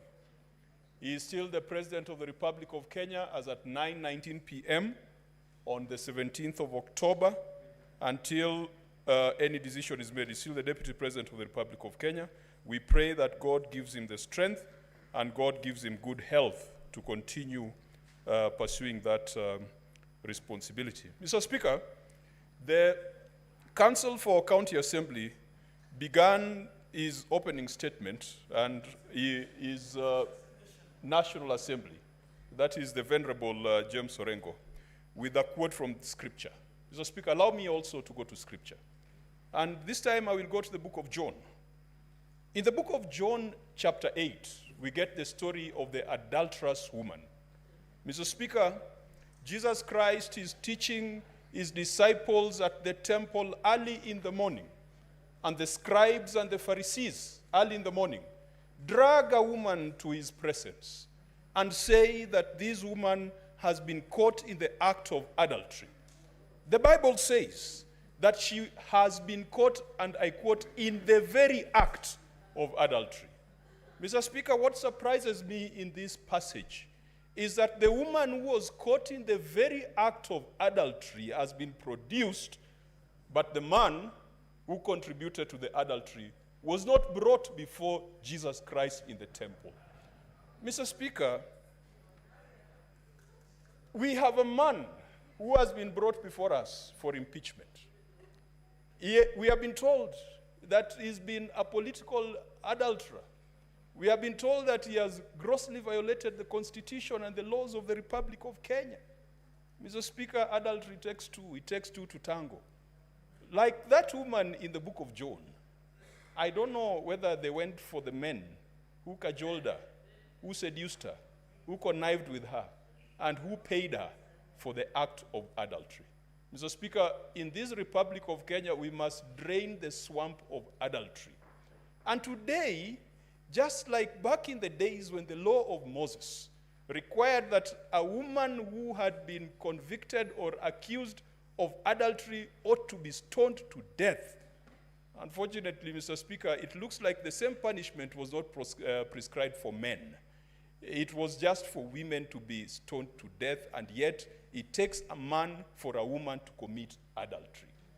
Tonight, because the Constitution of the Republic of Kenya is just like the law of Moses. It says if you are found guilty of political adultery, you should be stoned to political death. It is called impeachment. You are sent into political purgatory for 10 years. You cannot run for office. Mr. Speaker, we must deal with the law as is. The law as is requires us that the woman or the man accused of adultery must be stoned to death in this chamber. That is the law as it is. But Mr. Speaker, we must make sure that we bring those other men and women who commit and who encourage people to go into adultery so that they also face the same sentence and they also face the same judgment. Mr. Speaker, I am convinced that political adultery has been committed in the case before us. There has been a conversation about a dubious shareholding structure of the Republic of Kenya.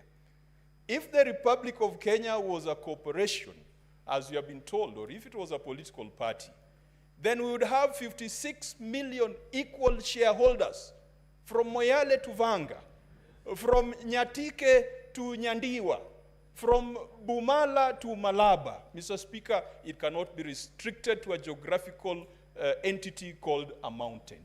Mr. Speaker, I am convinced that political adultery has been committed in the intimidation and threats to judicial officers. I am convinced that political adultery has been committed in public attacks on our intelligence service. Mr. Speaker, where I come from, if you find your father naked, you don't proclaim his nakedness, you cover him. And we cannot then proclaim the nakedness of our intelligence service. Mr. Speaker, I am convinced that the Deputy Speaker has committed political adultery. Sorry, the Deputy President has committed... I am sorry, Deputy Speaker, has committed political adultery. And Mr. Speaker, for... Your time is up. Your time is up, Senator Murango.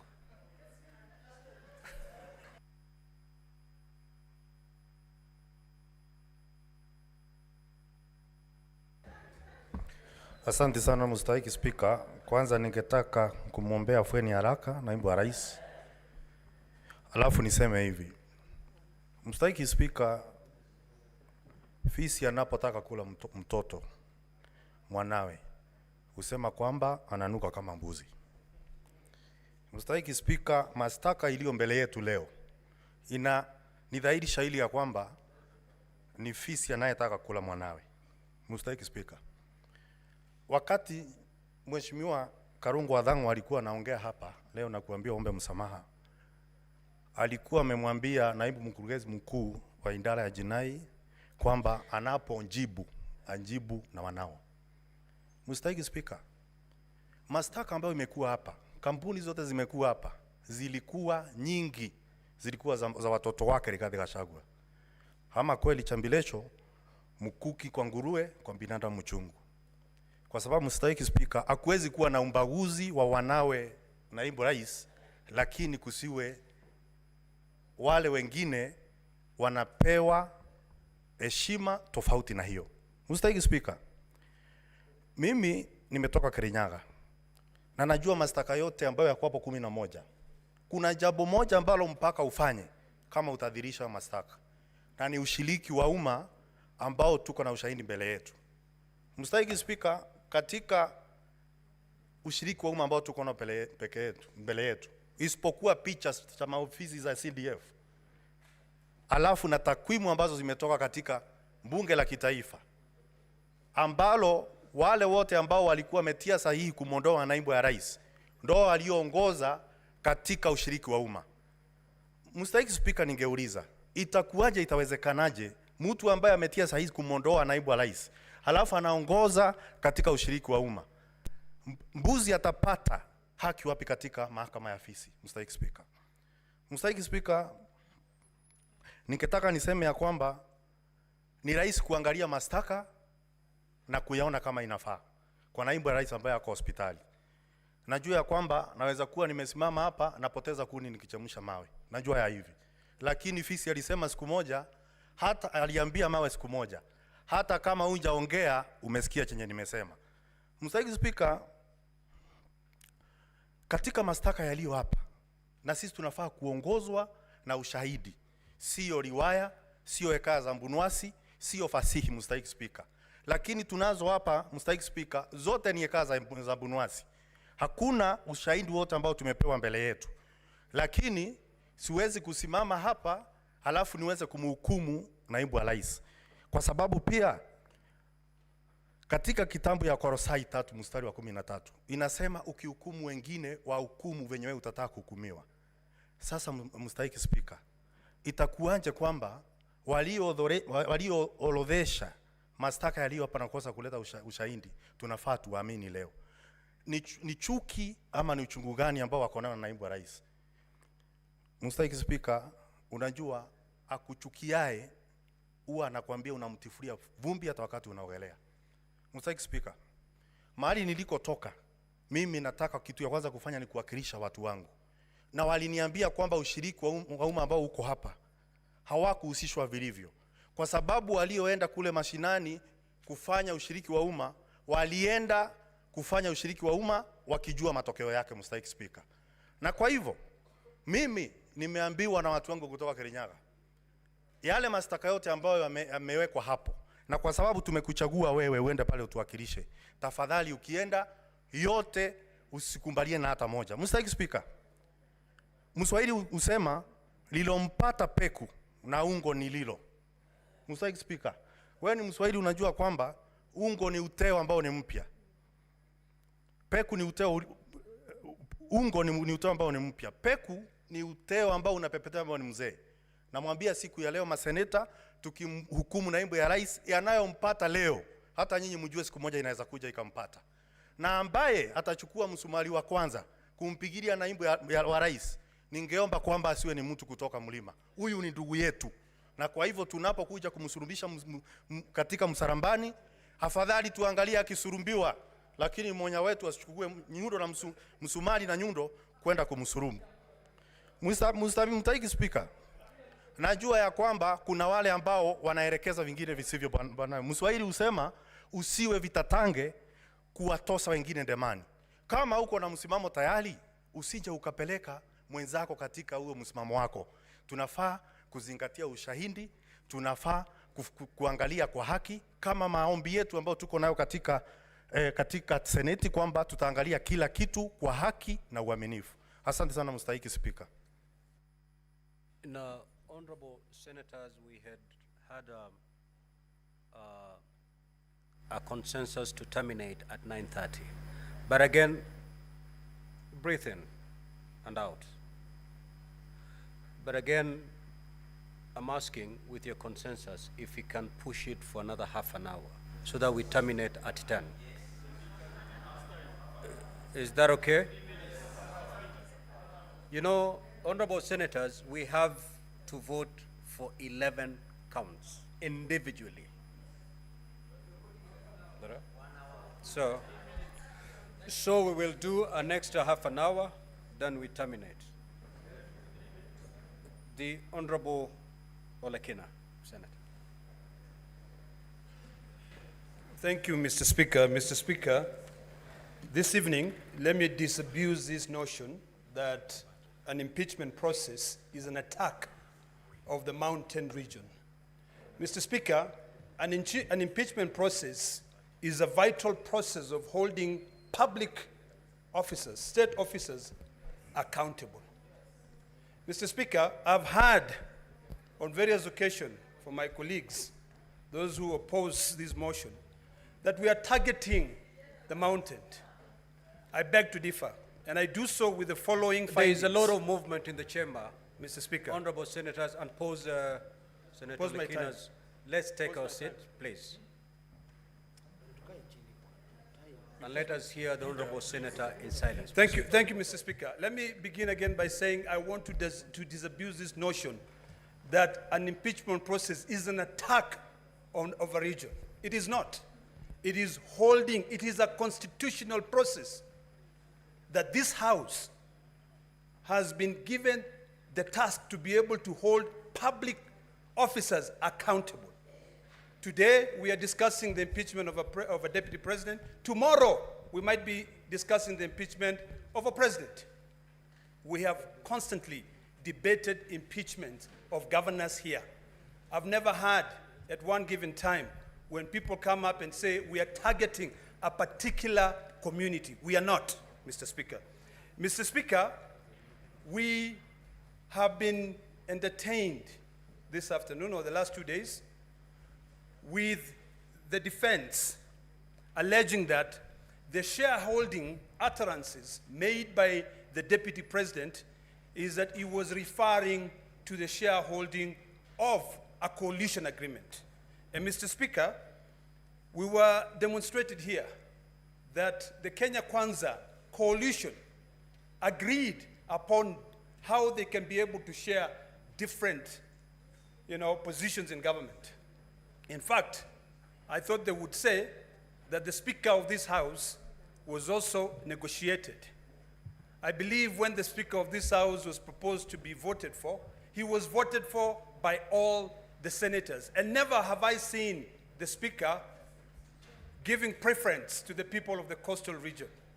So, Mr. Speaker, I find I'm not convinced by the defense that the shareholding being uttered by the Deputy President is based on a coalition agreement.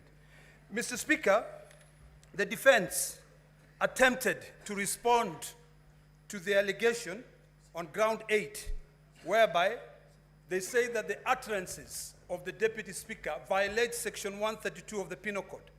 It is important for us to know what Section 132 of the Penal Code says. It actually makes it illegal to utter, print, or publish words or acts that brings into contempt the lawful authority of a public officer. The decision made by Justice Esther Maina in her capacity as a judge of the High Court is protected by the position that she holds. So it is a bit unsensical for the Deputy President to go out in public, instead of following the due process of the law, to be able to go out and appeal the decision of that judge.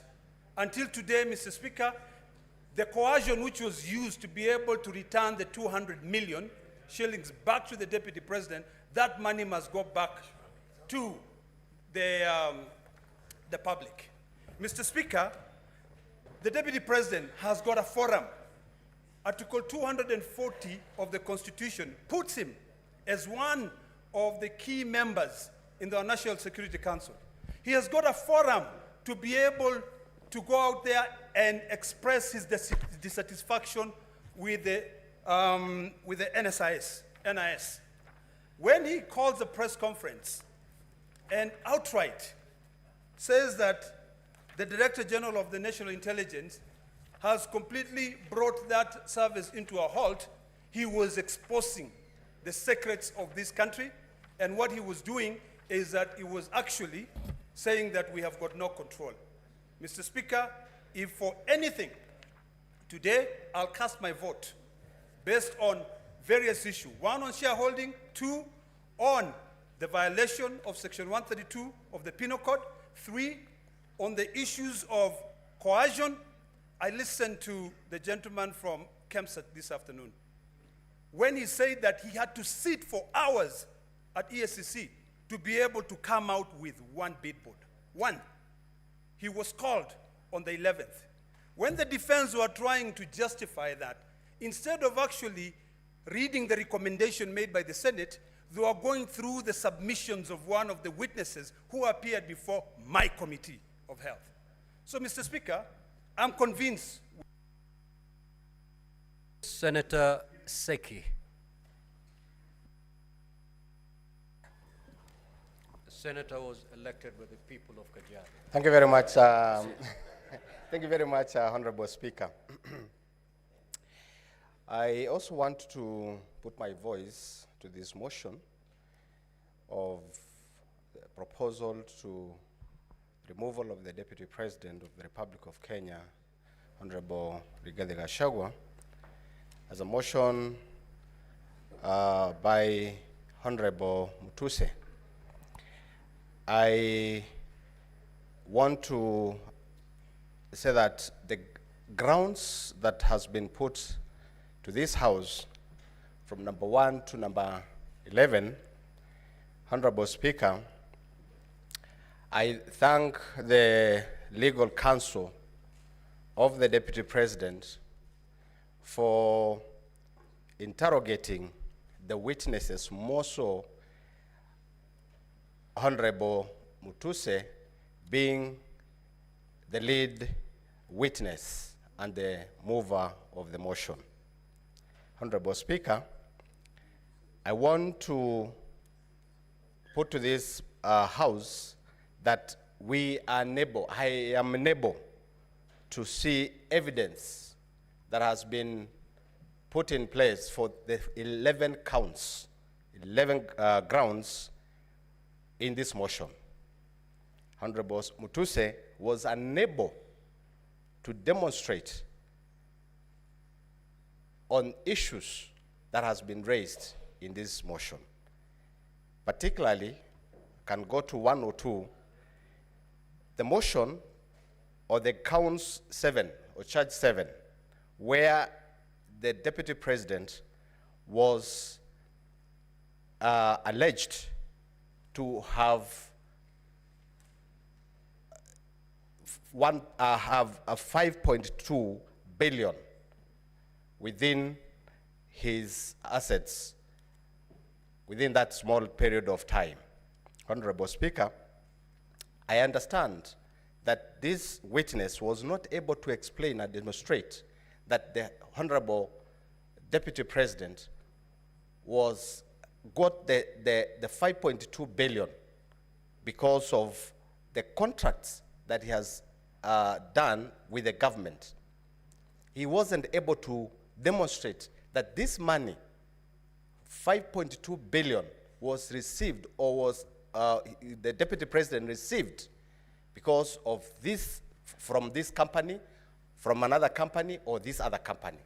There was no evidence on this count.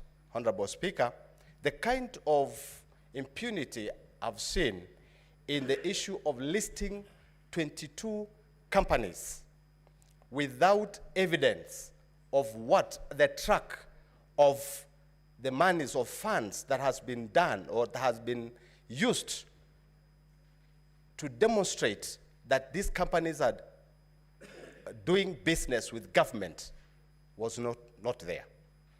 This is impunity of a high order. To bring 22 companies and you are unable, as a move of the motion, to explain that this company A, company 1 to company number 22, have received or got money from government or from government institutions. But you just put it on the motion and it becomes something to impeach the Deputy President. Honorable Speaker, we have seen where the Deputy President is alleged to have conspired with a company, Agro Brick Investment Limited, where the control of State House, as an accounting officer of the State House, signed the contract, and it is brought to the motion that this contract and this company is alleged to have been a company to remove the Deputy President. Honorable Speaker, this House this afternoon received a report from the legal counsel of the Deputy President that the Deputy President is sick.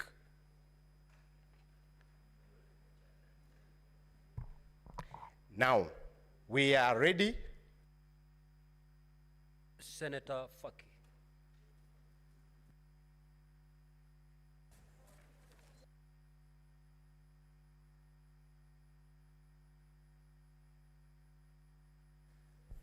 Asante Mheshimiwa Spika kwa kunipa fursa hii kuchangia mswada wa kumbandua naibu wa rais kutoka katika ofisi yake ya naibu wa rais wa Jamhuri ya Kenya. Mheshimiwa Spika, kwanza pia mimi nijiunge na wenzangu kumtakia afueni haraka naibu wa rais, kwa sababu tulikuwa ni matarajio yetu kwamba jioni ya leo angekuwa hapa kujitetea kwa madai kadha wa kadha ambao ameletewa katika bunge hili ili kuweza kutakasa jina lake. Mheshimiwa Spika, nimeweza kuangalia mashtaka yake 11 na baadhi ya mashtaka ambayo nimeona kuwa yamenigusa ni kwanza ni shtaka la kwanza ambapo ni kusema kuwa Kenya ina wenye hisa, na kwake wenye hisa ni wale ambao walipigia kura Kenya Kwanza katika uchaguzi wa mwaka 2022.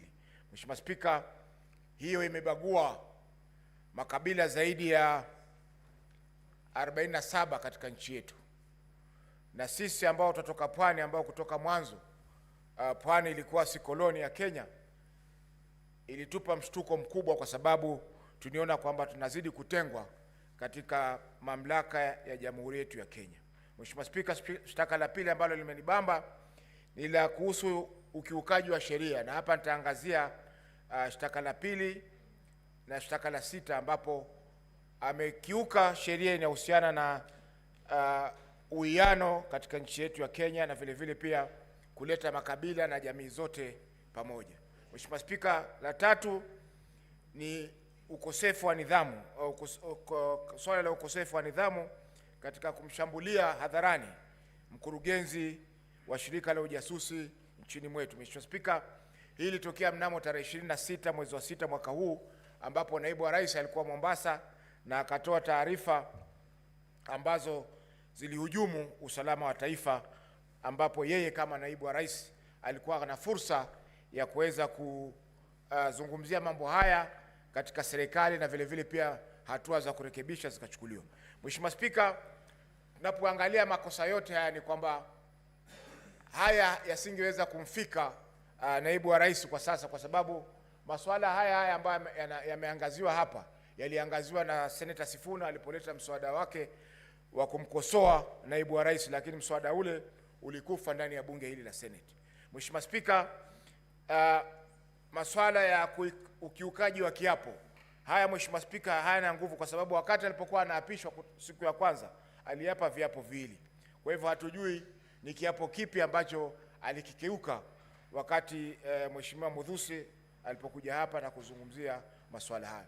Mheshimiwa Spika, nikimalizia nitamnukuu Senator Orengo aliposema kwamba katika bunge lililokwisha kwamba mapinduzi yanakula watoto wake. Kwa Kiingereza, revolutions eat their own children. Na hii tunaona kwamba mapinduzi yameanza kula watoto wa Kenya Kwanza, wakianza na mtoto mkubwa kabisa ambaye ni naibu wa rais. Kwa hivyo ni masuala ambayo yameendelea katika bunge hili. Bunge lililokwisha tuliona hapa Profesa Kindiki aliteta sana hapa, lakini vile vile mapinduzi yakamla. Kwa hivyo ni kwamba lazima tujenge siasa katika nchi yetu ambazo zitakuwa ni siasa za kusonga mbele. Tukichaguliwa kama viongozi, tuzungumze masuala ya kitaifa.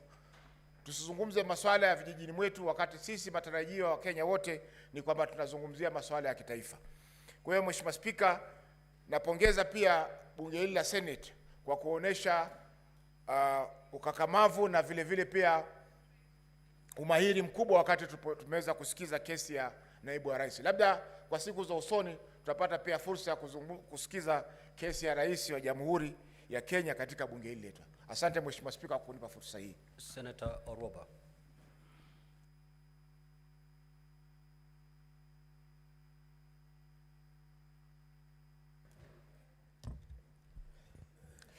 Thank you, Mr. Speaker.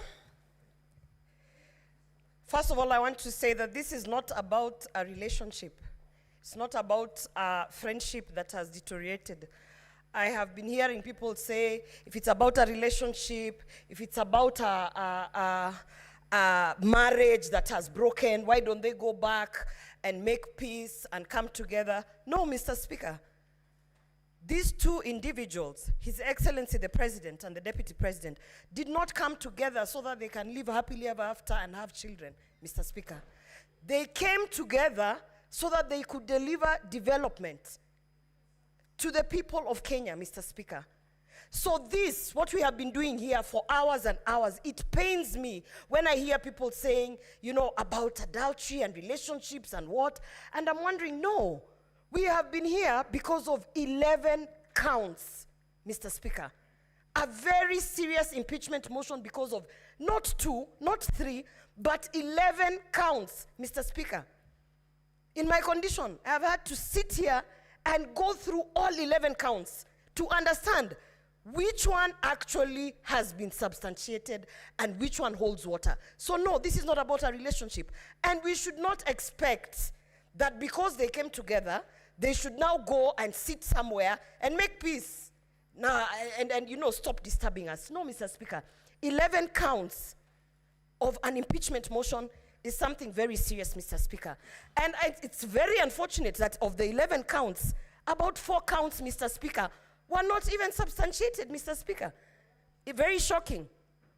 When you have a team of legal experts sitting down bringing 11 counts, at the very least, they should have even substantiated 9, Mr. Speaker.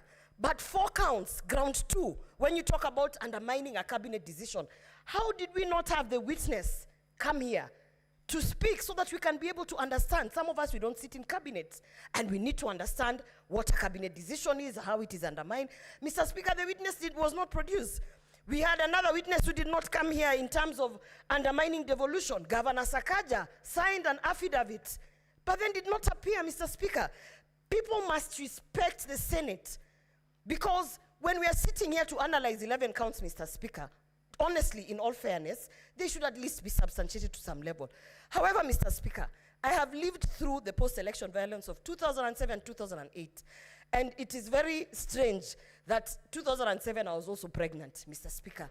And when I remember, Mr. Speaker, the things that triggered the post-election violence, Mr. Speaker, in 2008 of January, it was such utterances such as Musiguze Mlima, Mr. Speaker.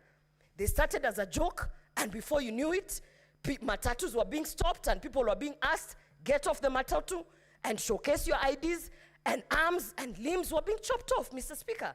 So we might think it is a joke, this shareholding narrative, Mr. Speaker, but having lived through that post-election violence, and I remember very well, Mr. Speaker, that I even had to choose the people who are operating, you know, on me in 2008, because I was afraid, you know, as Kisses, we love everyone.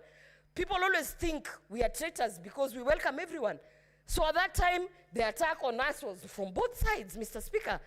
And so therefore, I do not take this shareholding narrative as a light thing. I do not take this Musiguze Mlima as a light thing, Mr. Speaker, because I have been affected directly. And on that count, Mr. Speaker, I definitely have seen that it has been substantiated. We have seen the evidence, and we have even seen repeated utterances of causing divisiveness in this country, Mr. Speaker. And I want to say today, Mr. Speaker, this country is not about one person. It is not about William Ruto. It is not about Rigathi Gachagua. This country is about the 50 million Kenyans who have to live in peace and under the national unity, Mr. Speaker. And for that reason, Mr. Speaker, I want to say that on that shareholding narrative, I hold my ground, and I will definitely vote that he should be impeached. Senator Kavindu.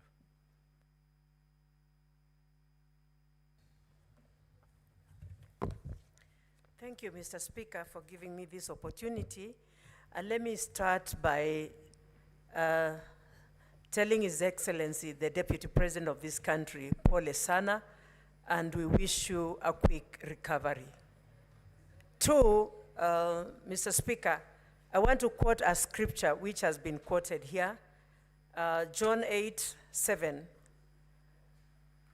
Jesus told the people who took that woman before him, whoever has no sin to be the first to take the stone and throw at that woman.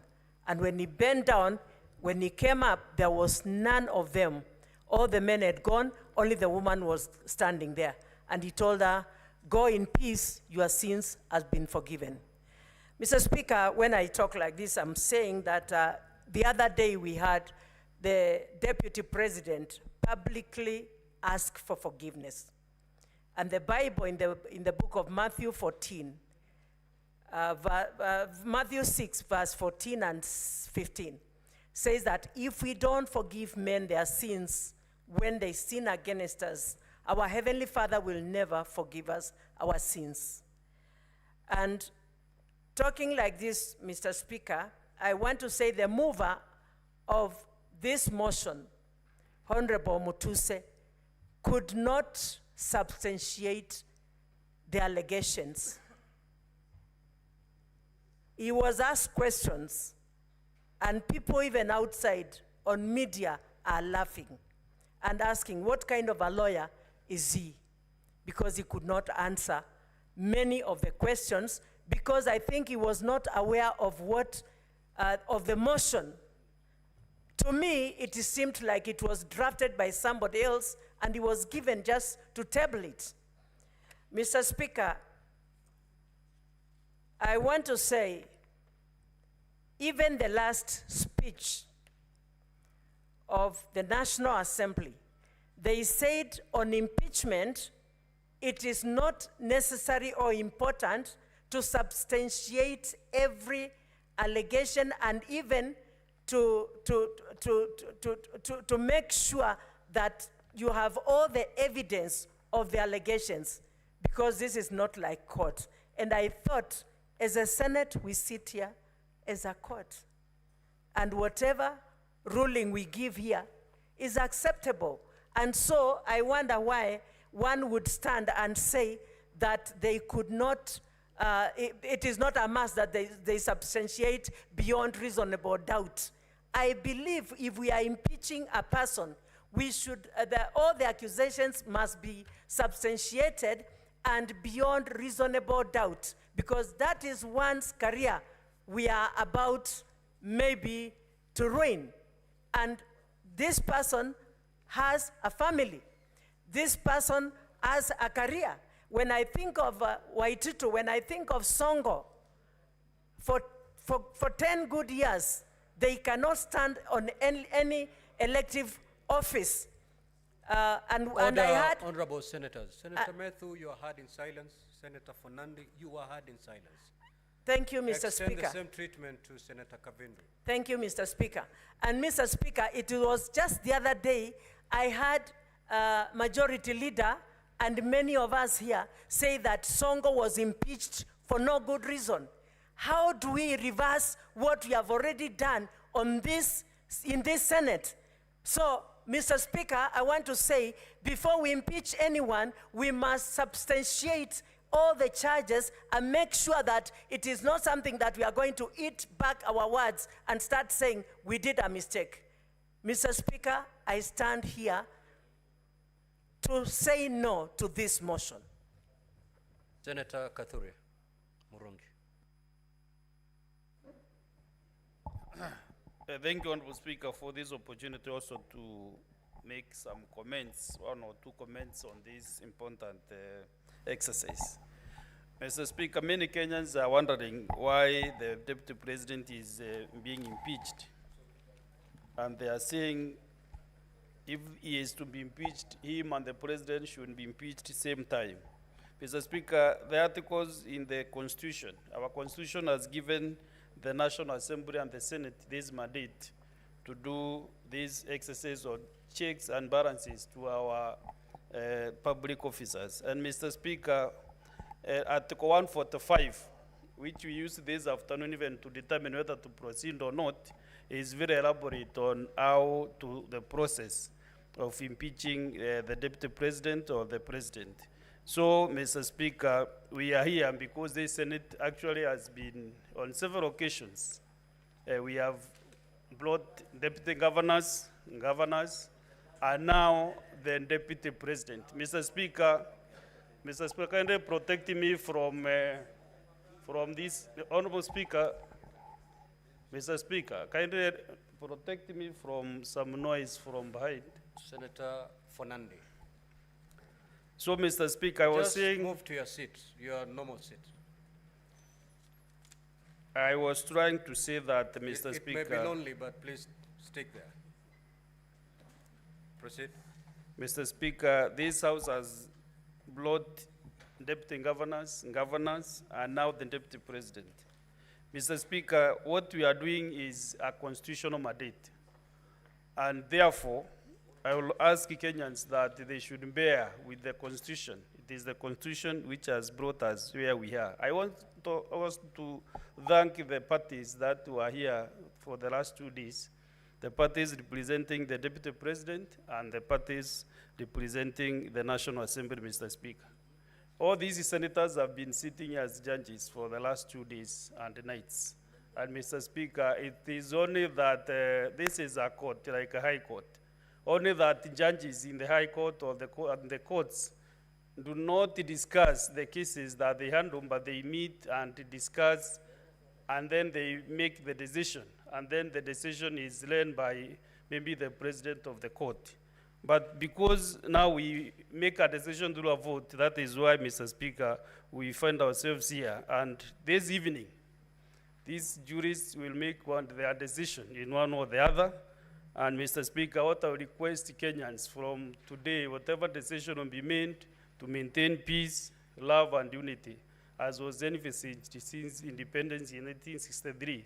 Because, Mr. Speaker, where we are, a decision will be made by the Senate in one way or the other, either to impeach the Deputy President or to appoint, or not to impeach, I mean not to impeach, Mr. Speaker. And I want to talk to the people that represent the Meru community.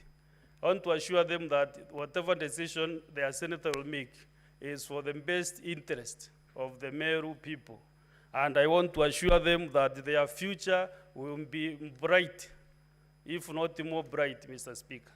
And what they need is service delivery, not individuals. Whatever decision that I'll make is for their best interest, because they elected me to make some decisions. Some are soft decisions or hard decisions. But what they need at the end of the day, they will ask their senator for 5 years, what have you done for us? But as I finish, Mr. Speaker, I want to encourage all of us in a verse from the Bible, Thessalonians chapter 5, verse 18, which says that in every situation, no matter what the circumstances, be thankful and continually give thanks to God.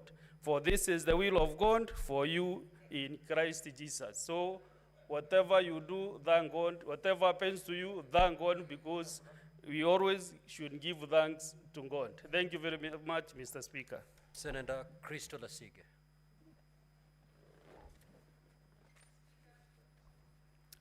Speaker, the Parliament of Kenya has gone through a great deal in a very short amount of time, many firsts, and it is utterly painful for me to know that the world keeps seeing us time and time again under such lugubrious circumstances.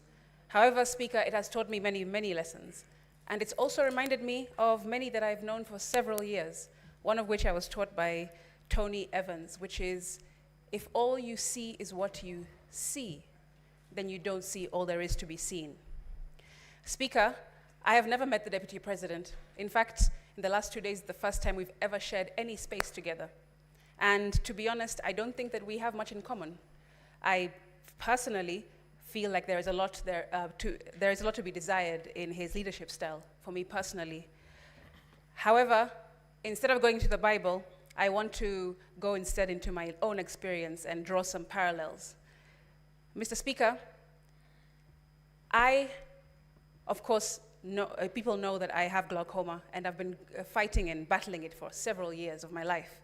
And Speaker, when I first got my diagnosis when I was just a teenager in high school, I was told that it was imminent.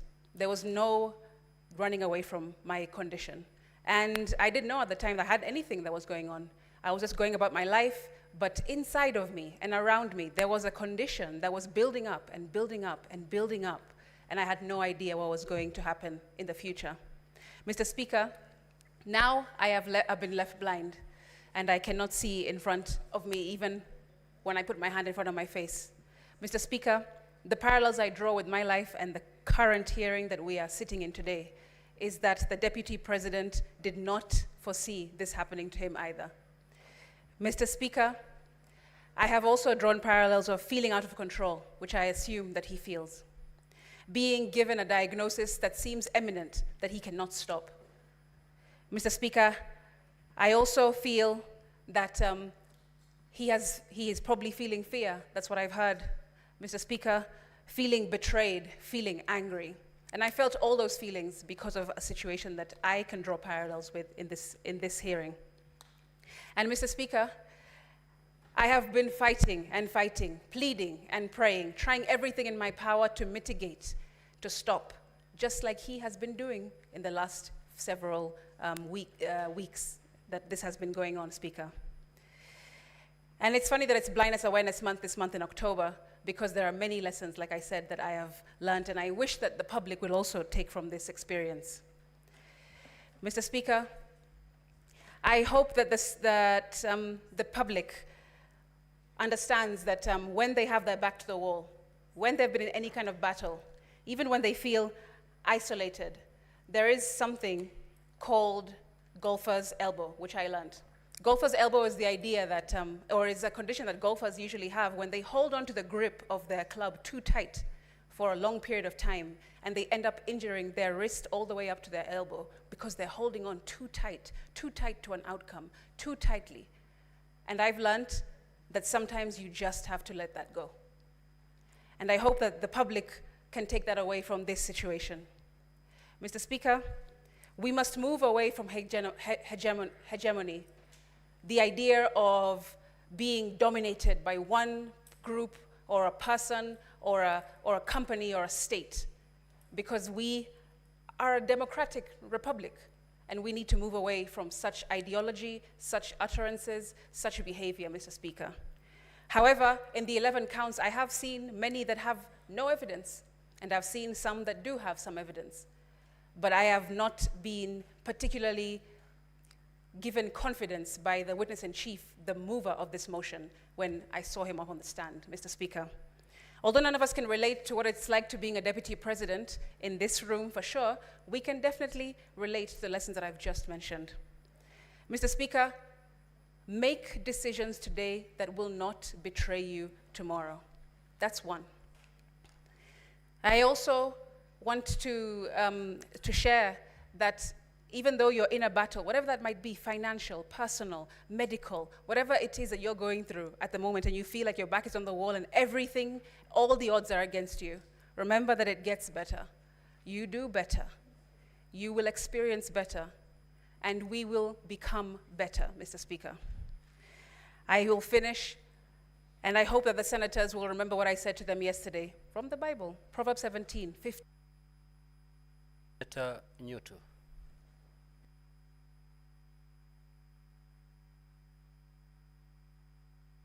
Mr. Speaker, thank you very much, Mr. Speaker. I think I cannot thank you more for affording me this opportunity at this late hour.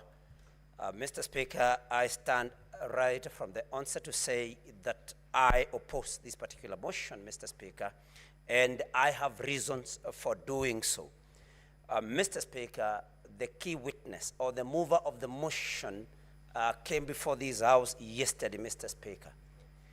And although I'm not a lawyer, but I know that it is there in the rules of natural justice that whoever alleges must prove. The Honorable Mutuse was not able to prove any of the allegations or any of the grounds that he laid against His Excellency the Deputy President, Mr. Speaker. Mr. Speaker, Kenyans were and are watching these proceedings. They were able to see the cross-examination and to hear the cross-examination of the Honorable Mutuse, Mr. Speaker. And I want to urge this House, Mr. Speaker, that if we want to uphold the dignity and the honor of this House, that Kenyans were and are still watching, you cannot impeach the Deputy President of the Republic of Kenya, Mr. Speaker, on allegations, on grounds that were not able to, that the mover was not able to prove, Mr. Speaker. And that is what prompted the question, I think, by Senator Wambua, which later was asked by Senator Okia Omtata, which you were able to stand down because it had already been asked, whose motion was Mutuse's? Because it was not his motion. He had no proof of any or for any of the allegations, Mr. Speaker, and that is why this House, in order for us to uphold, like I've said, the dignity and honor, we need to vote no to this motion, Mr. Speaker. Mr. Speaker, many that have spoken before me have talked about the woman, the adulterous woman that was caught in the Bible. Senator Kajwang put it even better, that they did not bring the man that she was caught in the act with. Mr. Speaker, we need to ask ourselves, how good are we? How clean are we? Are we qualified to throw the first stone, Mr. Speaker? I think that is the first question that we should ask ourselves. That as we judge the Deputy President, how good are we? How many mistakes, how many offenses have we ever committed? How many sins even have we ever committed? And God forgive us, and our fellow human beings also forgive us, Mr. Speaker. But the most moving thing, Mr. Speaker, is that we did not give the Deputy President an opportunity. I know, of course, the motion to defer this particular, to adjourn up to Saturday did not pass. But Mr. Speaker, under section 50 of our Constitution, Mr. Speaker, we, 50-0, Mr. Speaker, we need to give any person, 50-0, that is 50, Mr. Speaker, 2F, to be present and when being tried, unless the conduct of the accused person makes it impossible for the trial to proceed. Mr. Speaker, the Deputy President was taken ill, according to what the council reported to this House. And Mr. Speaker, we did not give him an opportunity. Mr. Speaker, I draw your attention also to our Constitution, Article 145, Clause 5. The President shall have the right to appear and, not or, and be represented before the special committee, Mr. Speaker. We did not give him that opportunity. Mr. Speaker, because I can see my time is wearing out, if not for anything, Mr. Speaker, I ask this House, you cannot condemn a sick person. Any one of us can get sick. I want to appeal to my colleagues, Mr. Speaker. Nobody chooses when to get sick and when to be in good health. We cannot afford to judge a person, to condemn a person when they are in hospital, Mr. Speaker. And so I want to appeal to the members of this House that if not for anything else, you consider that the Deputy President has been taken ill and show the necessary compassion. And Mr. Speaker, I want to my majority leader is here, and he made a statement that was very disturbing, that even those that are saying that it can bring division should. Senator Mogene.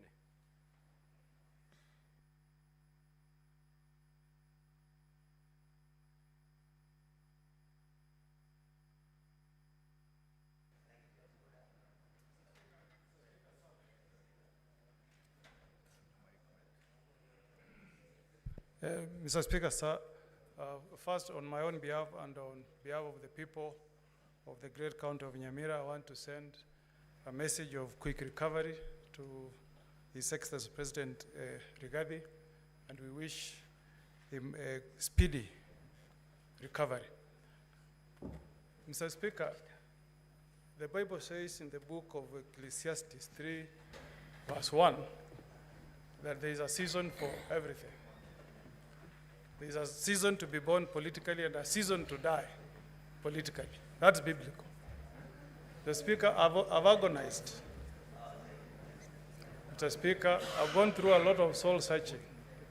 Mr. Speaker, as I listened to the evidence that was tendered against, as I listened, Mr. Speaker. Just pause the time for Senator Mogene. Let us allow Senator Mogene to be heard in total silence, please. Speaker, as a lawyer and a person who witnessed the birth of the 2010 Constitution, Mr. Speaker, I strongly believe, Mr. Speaker, that Kenya belongs to all the 42 plus tribes, Mr. Speaker. And what has disturbed me, Mr. Speaker, for the 2 days I've sat here, Mr. Speaker, what would happen to my community in Kisii and in Nyamira if we ran our government through this theory of shareholding? Mr. Speaker, as I speak tonight, Mr. Speaker, the people of the two counties of Omogusi, Nyamira and Kisii, are victims of that theory of shareholding. That community, Mr. Speaker, called Omogusi, has got no even a single PS serving in government, Mr. Speaker. Mr. Speaker, as we speak this evening, Mr. Speaker, the Omogusi people, Mr. Speaker, have been the biggest victims of this theory of shareholding. Mr. Speaker, the Constitution that we enacted in 2010, in Article 27, Mr. Speaker, clearly states that we should not discriminate, Mr. Speaker. I hope, Mr. Speaker, when I cast my vote tonight, I'll be sending a message from the people of Nyamira, Mr. Speaker, that a government is formed for all the tribes in the Republic of Kenya, Mr. Speaker.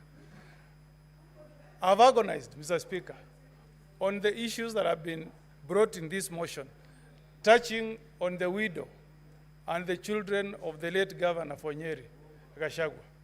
And Mr. Speaker, I wondered if adverse statements and inferences have been made touching on the conduct of the Deputy President against the widow of the former governor and the children of the late governor, the nephews of the Deputy President.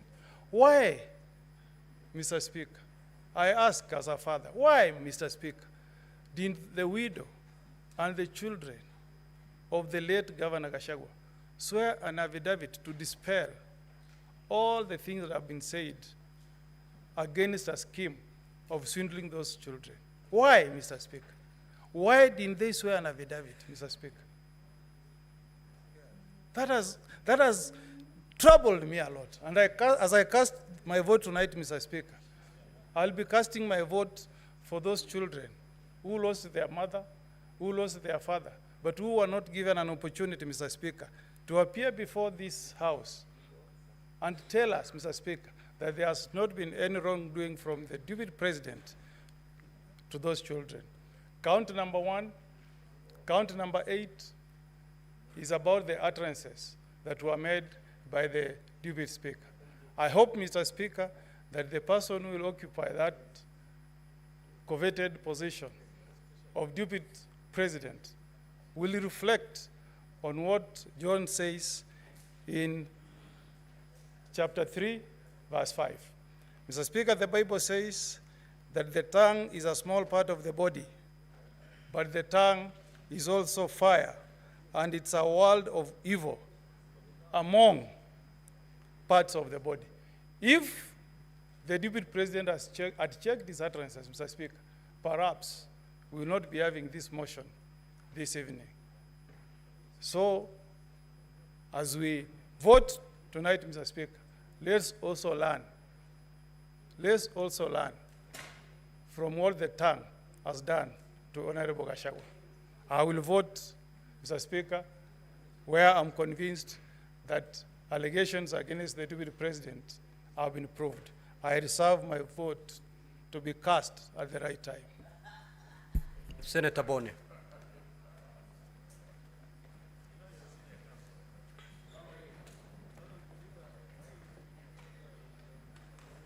Thank you, Mr. Speaker. Mr. Speaker, the position of the Deputy President of Kenya is very high. It is a very high calling. And therefore, Mr. Speaker, as we make a decision on the Deputy President of Kenya, I want to remind him that of those to whom more is given, indeed, more is expected of them. And he should not feel that he is being victimized because, Mr. Speaker, the highest standard of this Constitution in 2013, by dint of lack of integrity, the Deputy Chief Justice, Nancy Barasa, lost her job merely because she pinched the nose of Kwamboka. The Deputy President indeed did worse than pinching the nose of somebody. Mr. Speaker, the Deputy President, seeing the allegations against him, I can't imagine that he moves around with the moninga of man of faith and truthful man. Mr. Speaker, if really we must talk about faith, may I remind the Deputy President of a man of faith, a man of letters called Bill Paul. Bill Paul said, man of faith, that integrity is like virginity. You lose it only once. And when you lose it, you can never get it back. The Deputy President has lost that virginity of leadership. Mr. Speaker, coming from a community that paid for the price of inflammatory speeches in Likoni, in Molo, and in Trans Nzoia, if I had time, I would discuss what some of my relatives went through, including Pastor Yai from Ichina village. Mr. Speaker, during the tribal clashes of 1992 and 1997.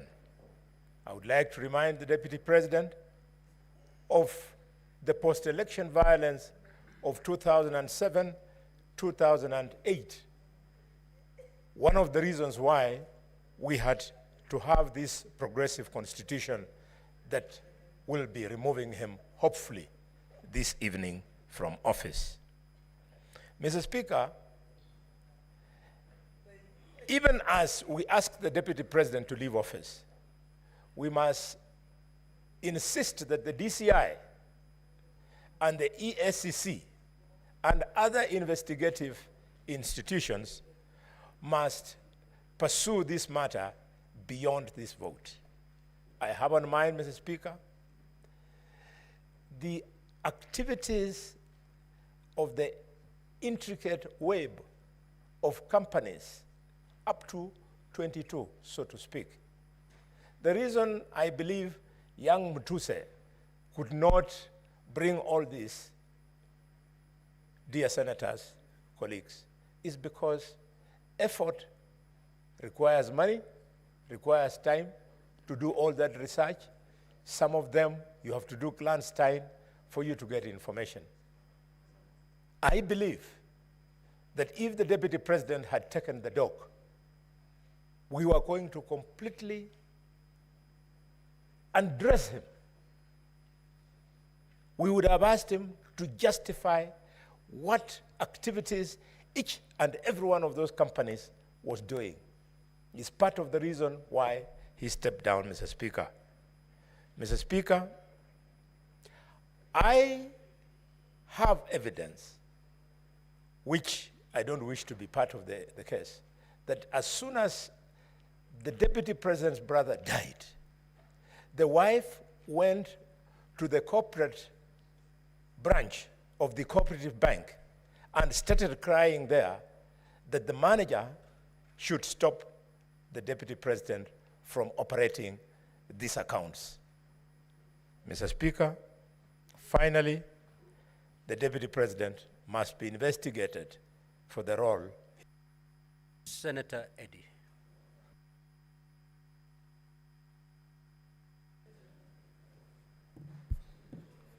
Mr. Speaker, I thank you, and I recognize the pressure of time.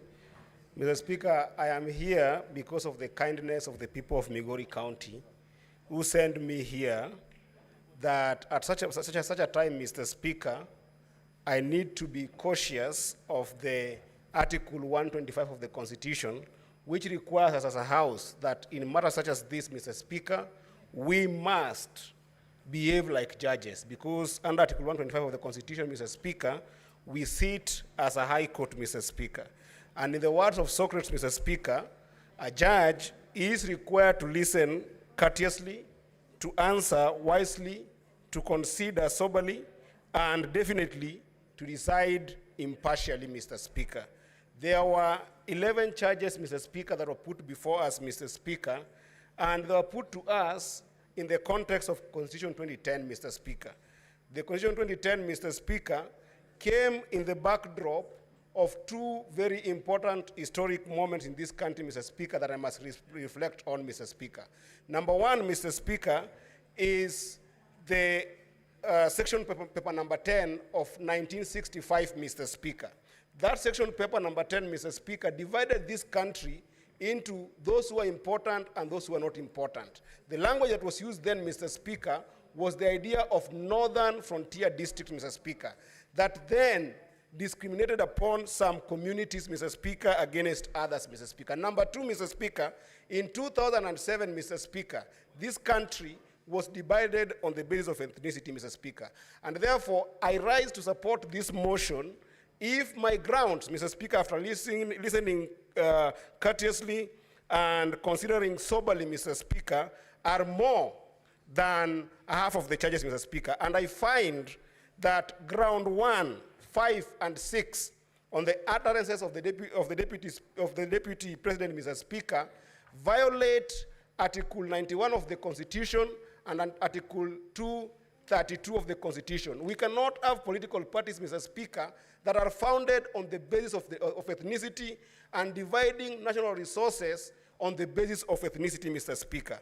Number two, Mr. Speaker, that would make the ground number 4, which actually also happened to be reason number 4 for why the Deputy President must leave office, Mr. Speaker, at the violation of Article 160 of the Constitution, Mr. Speaker, of undermining the judiciary, Mr. Speaker.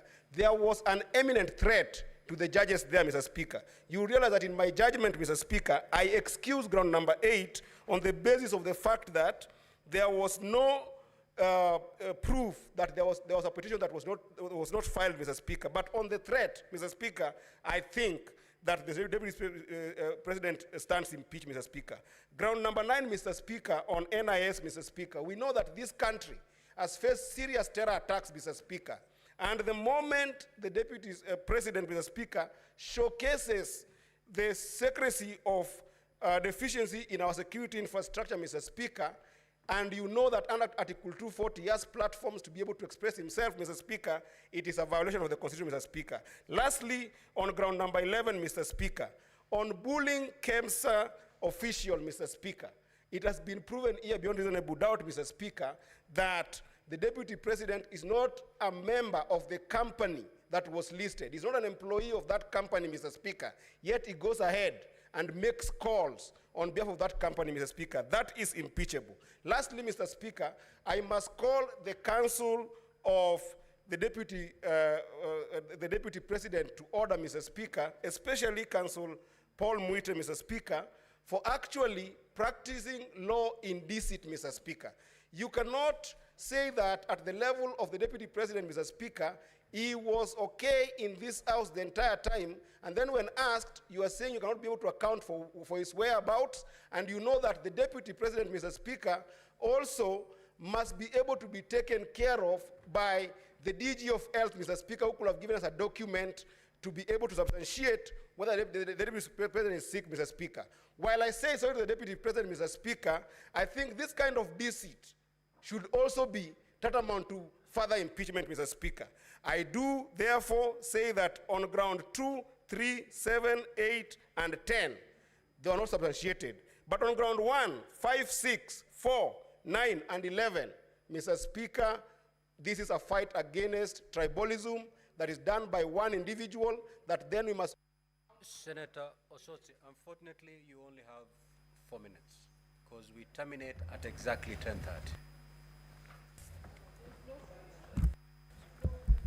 Thank you, Mr. Speaker. Mr. Speaker, I'll be so quick.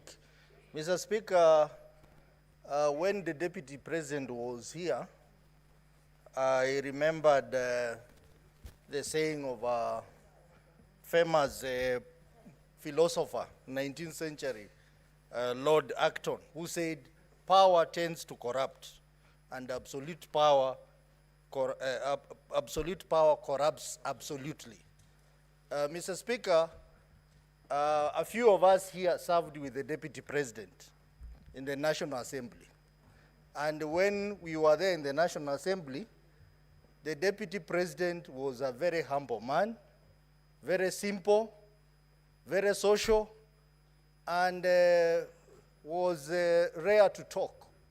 But listening to the judges and having seen what has been happening around, this is not the same man. This is a different man.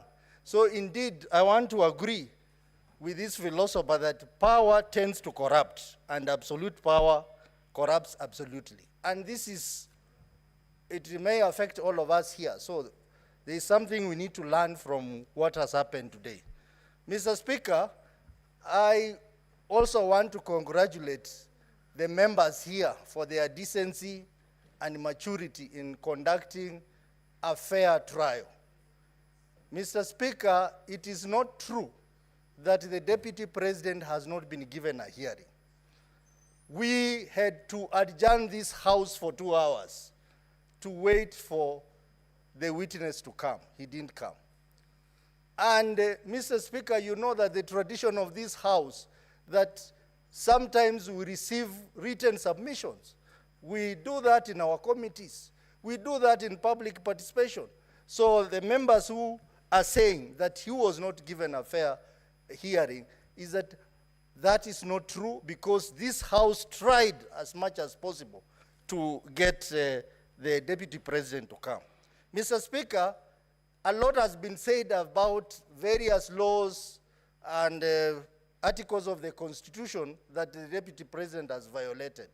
But one important article of the Constitution that runs through all the charges, Mr. Speaker, is Article 131 of the Constitution, which read together with Article 147, clearly says that the Deputy President is a symbol of national unity. That is not the case, Mr. Speaker. Mr. Speaker, if you go ahead, Article 131(2) says that the Deputy President, by dint of Article 147, should respect and uphold and safeguard the Constitution. That is not the case. The Deputy President should promote and enhance the unity of the nation. That is not the case. The Deputy President should promote respect for diversity of the people and communities in Kenya. Mr. Speaker, that is not the case. So if there is any piece of law that is going to send the Deputy President home, is clear violation of Article 131 of the Constitution, because the Deputy President is the principal assistant to the President, and therefore exercises powers of the President as per Article 131 of the Constitution. Mr. Speaker, if there is one charge, because we have 11 charges, that is going to send the Deputy President home, it's charge number 1. I listened to the evidence that was brought here by his counsel. That evidence of the coalition agreement of Kenya Kwanza was not sufficient, was not convincing.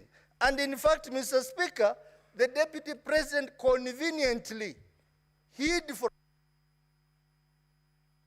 Your time is up. Majority Leader, you may now move to reply.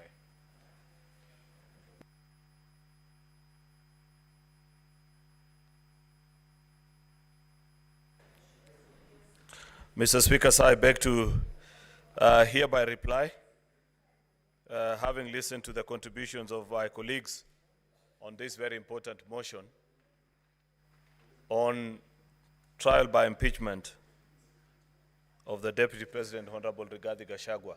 I want to thank colleagues that have taken time to give their views, both in support and those opposing this motion, because that's how you grow a democracy, Mr. Speaker. We may not all have to agree on the same subject matter, Mr. Speaker, but the chance to even speak and say what you feel about an issue is an important attribute. Indeed, Mr. Speaker, I agree with the contribution that was made by one of the advocates for the Assembly, that comparing what you're doing today with previously what used to happen, where in the 1 o'clock news, vice presidents will be changed without any notice. And the elaborate process, Mr. Speaker, that we have gone through up to this point is great for our country. Mr. Speaker, I appreciate the National Assembly, the team of the Deputy President, Mr. Speaker, that has presented us with information to help us make a fair judgment of this case. Mr. Speaker, I strongly disagree with those that hold the view that the Senate hasn't been as fair to the Deputy President as perhaps they would have expected. To the best of my knowledge, Mr. Speaker, I think as a House, we did the best that was within our means. We granted the opportunity, was given sufficient notice, Mr. Speaker.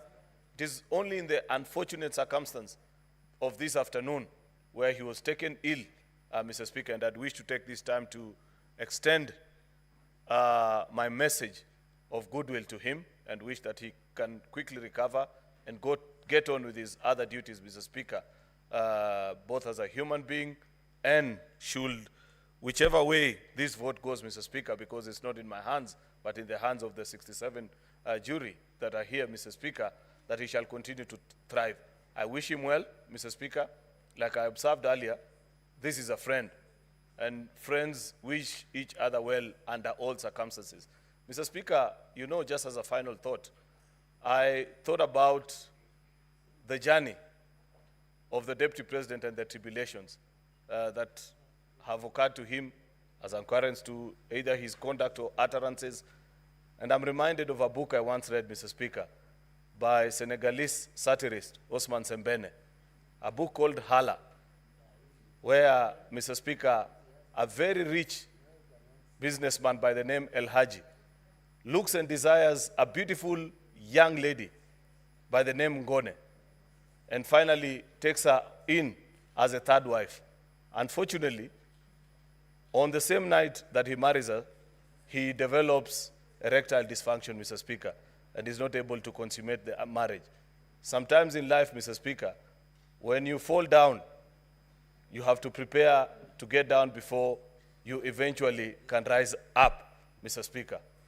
I do hope, Mr. Speaker, that even in this particular process, the Deputy President will emerge stronger, better as a human being, as a leader, and that there can be better days ahead for him. With those very many remarks, Mr. Speaker, I beg to reply and wish that our colleagues in this House make a decision in the best interest of the country. I thank you, Mr. Speaker. Thank you. Now, honorable senators, these are the guidelines on how we're going to move forward. One, all honorable senators are eligible to cast their votes. Secondly, the threshold is 45 senators. So there ought to be 45 senators in the chamber. And we are going to vote for the charges separately. So we're going to vote 11 times. I now direct that the bell be rung for 2 minutes.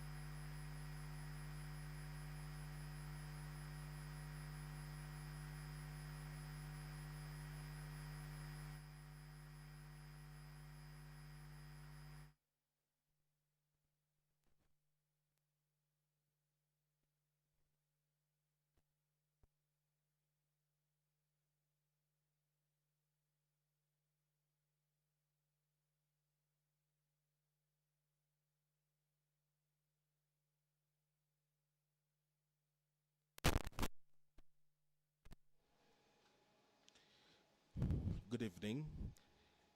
These are live proceedings from the Senate chambers, and the senators are done debating the motion that was moved for the removal from office by impeachment .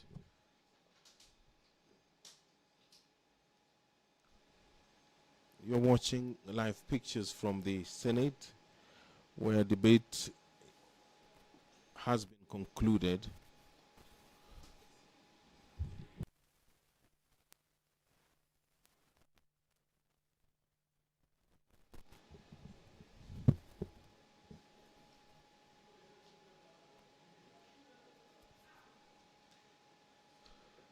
Good evening. You are watching live pictures from the Senate chambers, and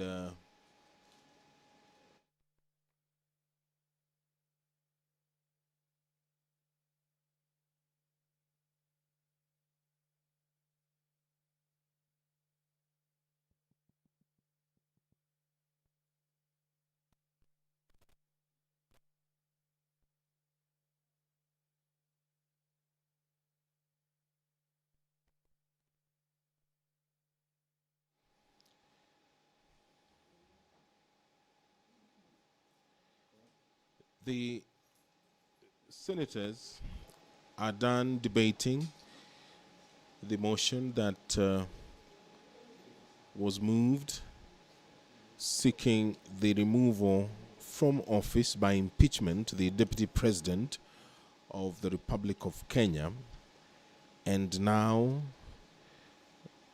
they are preparing to take a vote on the 11 charges that were brought forward against the Deputy President.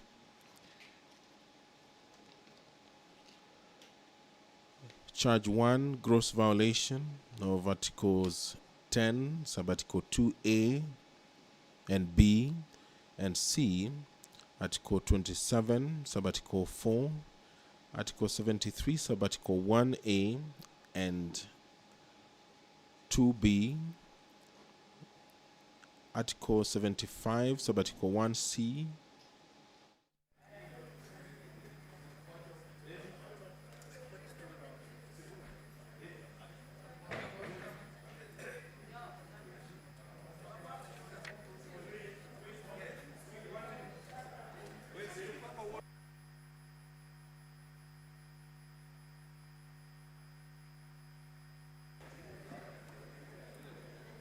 Clerk, has the bell stopped ringing?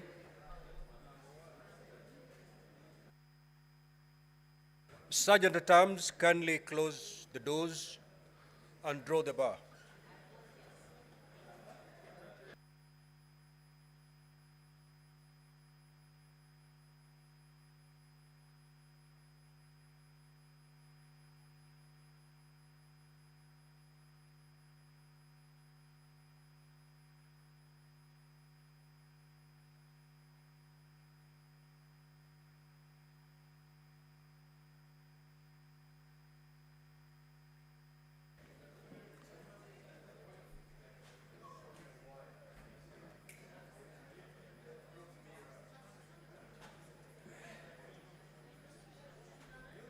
Clerk, can you do a head count to confirm that we have a minimum of 45 senators in the House?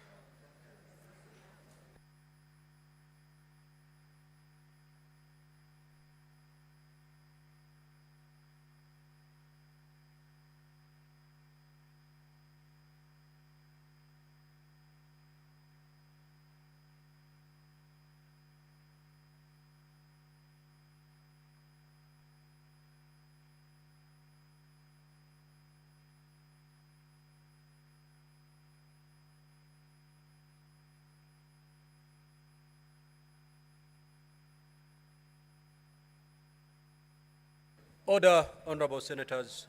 Majority Leader, you may take your seat.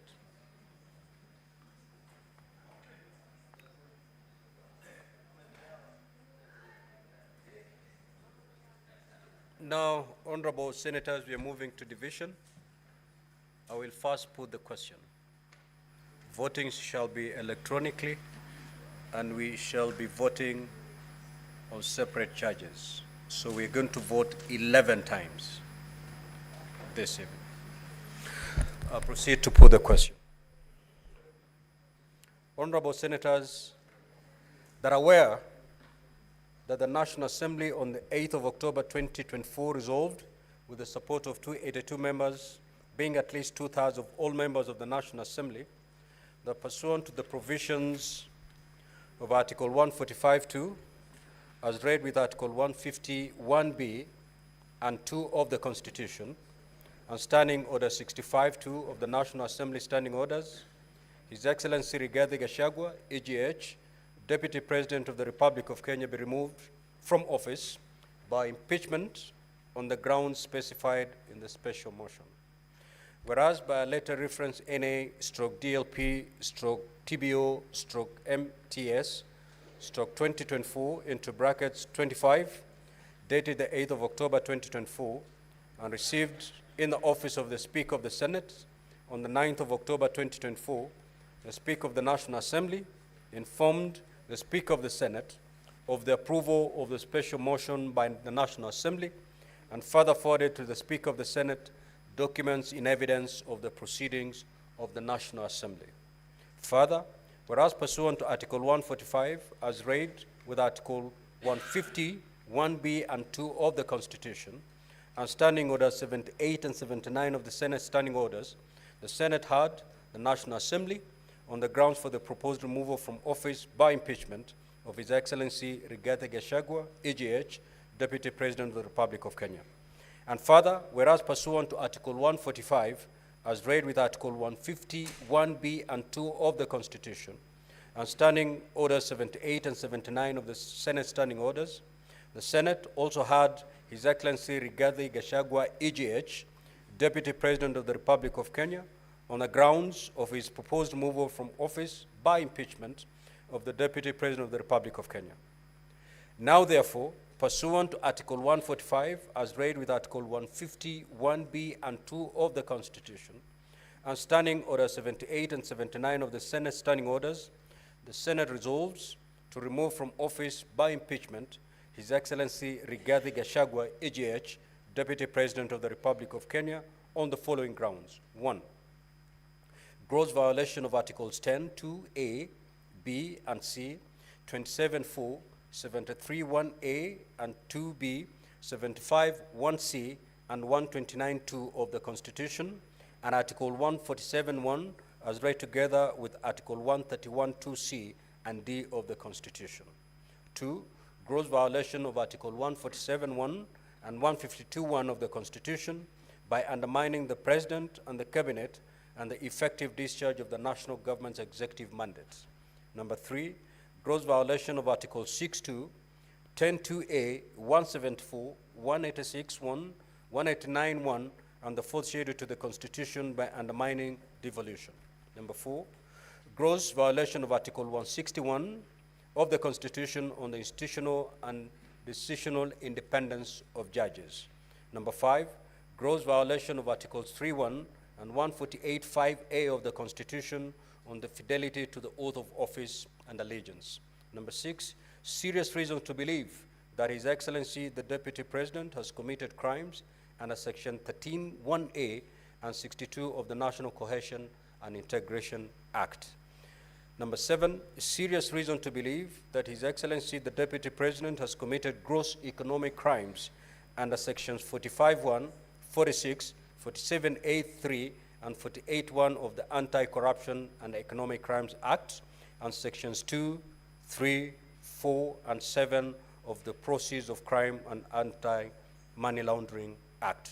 Number 8, serious reasons to believe that His Excellency the Deputy President has committed crimes by continuously misleading members of the public through false, malicious, divisive, and insightful remarks that are contrary to the provisions of Section 132 of the Penal Code and Section 29 of the Leadership and Integrity Act. Number 9, gross misconduct that is incompatible with the high calling and dignified status of the office of the Deputy President and a member of the Cabinet and the National Security Council. His Excellency, the Deputy President has publicly attacked and undermined the work of the National Security Intelligence Service and its officers.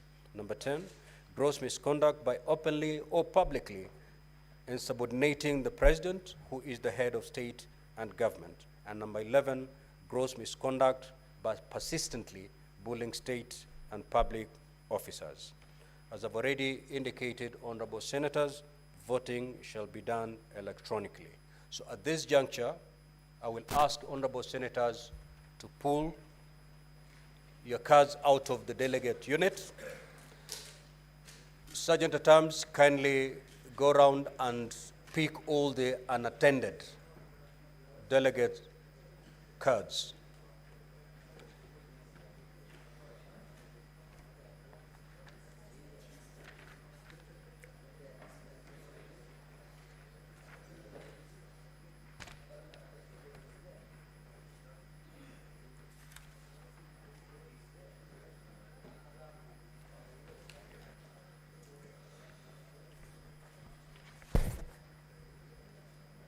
Sergeant at Arms, if you're done collecting the unattended cards, we're good. Now, honorable senators, you may log in back. As indicated earlier, we'll be casting our votes 11 times. So the vote you're going to cast at the moment is for charge allegation number 1, which is gross violation of Articles 10(2)(a), B, and C 27(4). I had already read it out. So from this moment, it's beamed on the screens. So honorable senators, once you've logged in, you may now proceed to vote.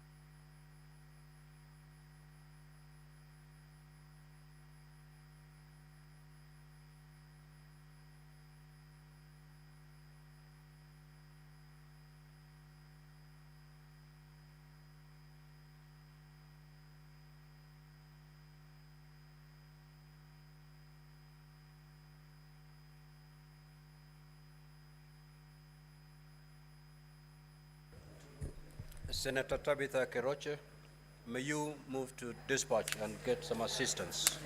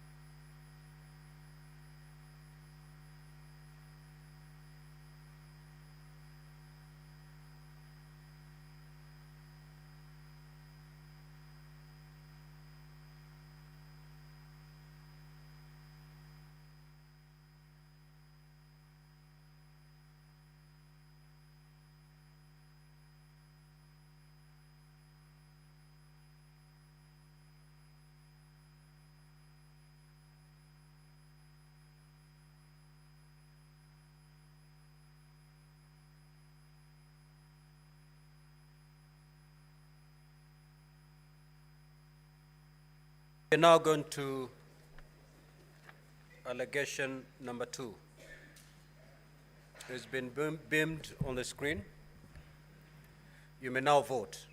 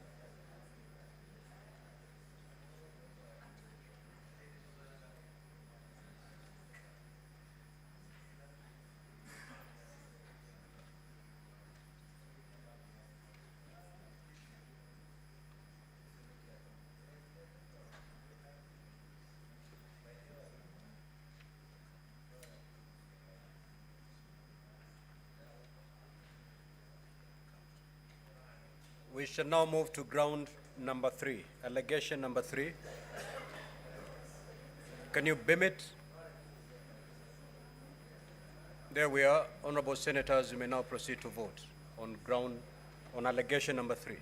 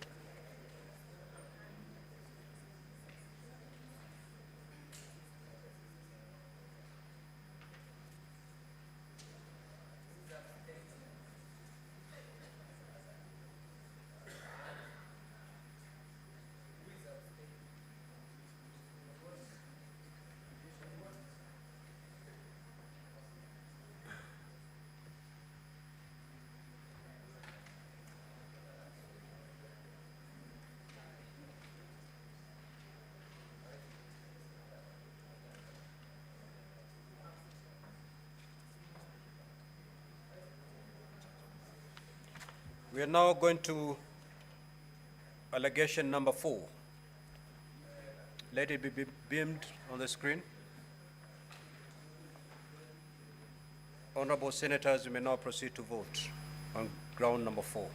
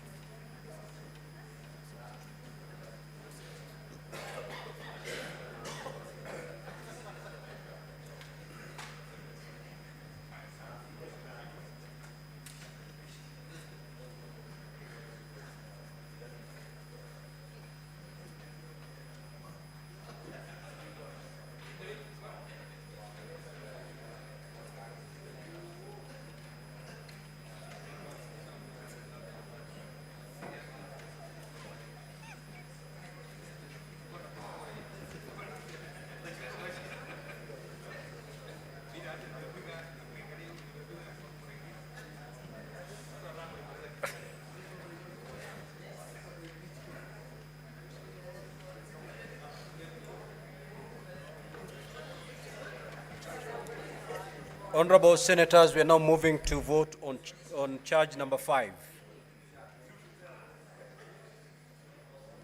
You may now proceed to vote on charge number 5.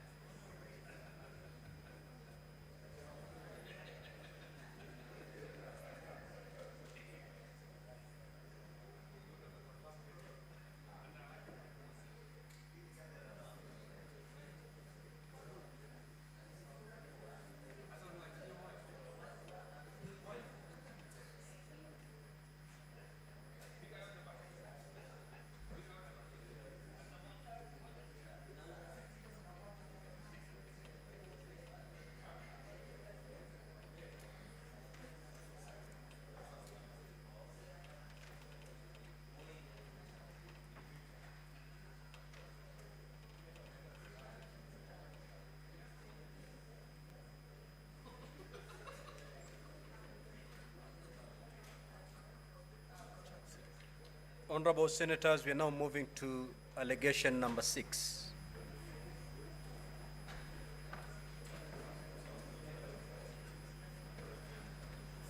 Honorable Senators, you may now proceed to vote on allegation number 6.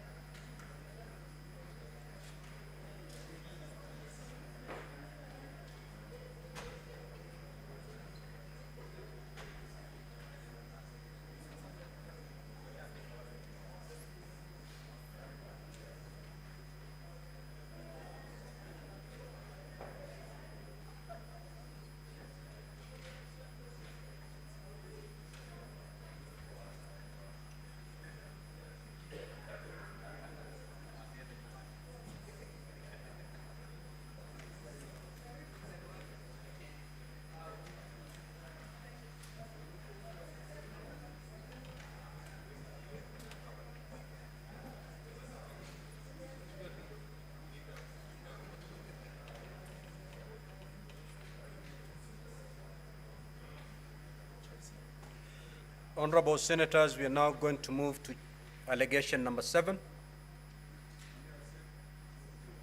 Honorable Senators, you may now proceed to vote on allegation number 7.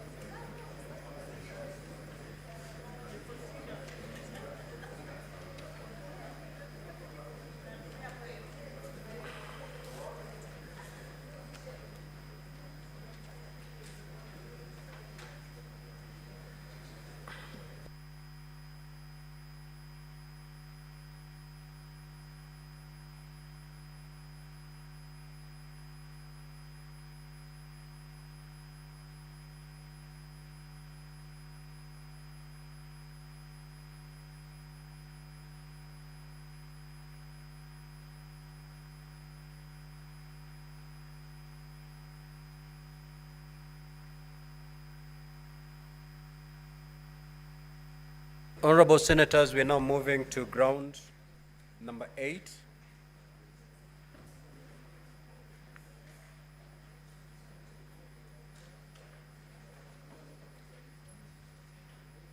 Honorable Senators, you may now proceed to vote on ground number 8.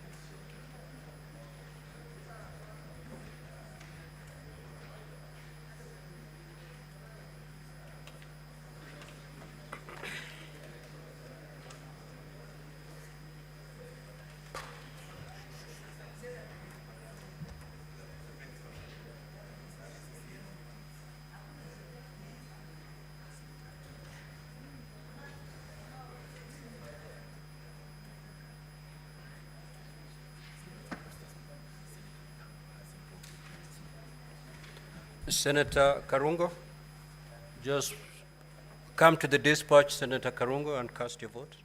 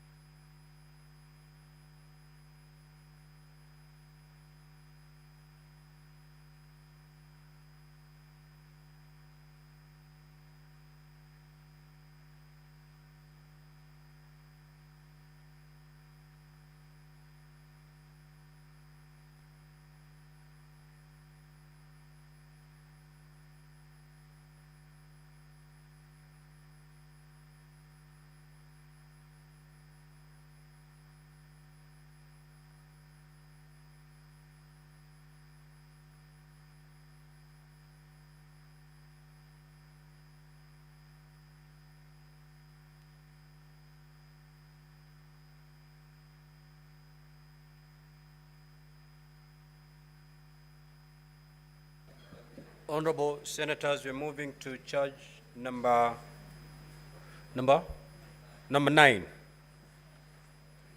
You may proceed to vote.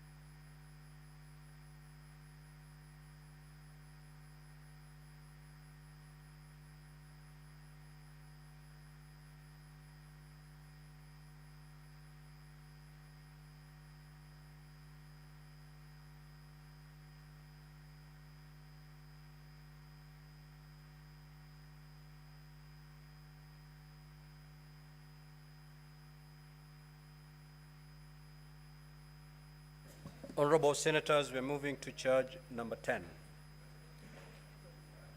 You may now proceed to vote.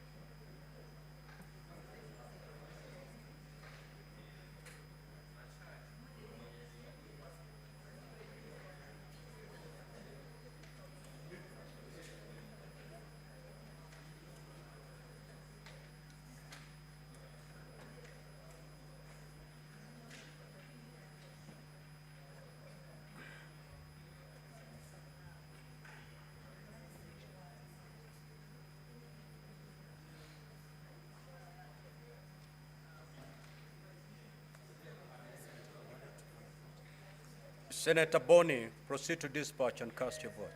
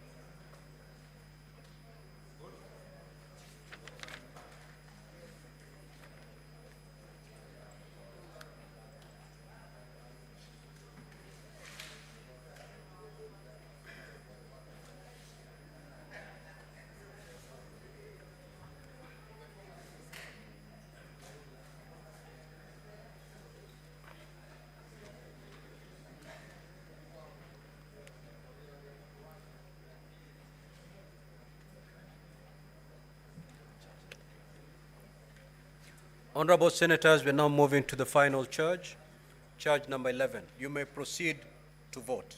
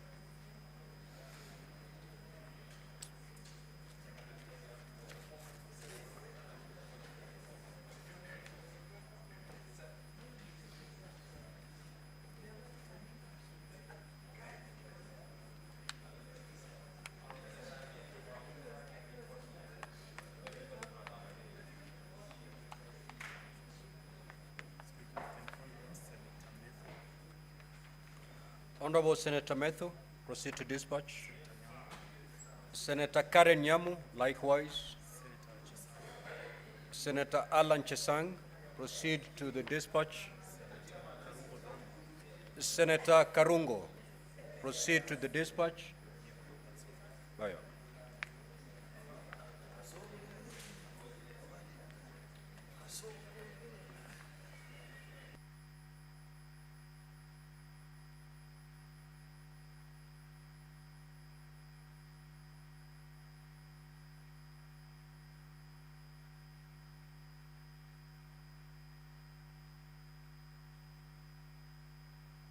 Senator Miraj, proceed to dispatch and cast your vote.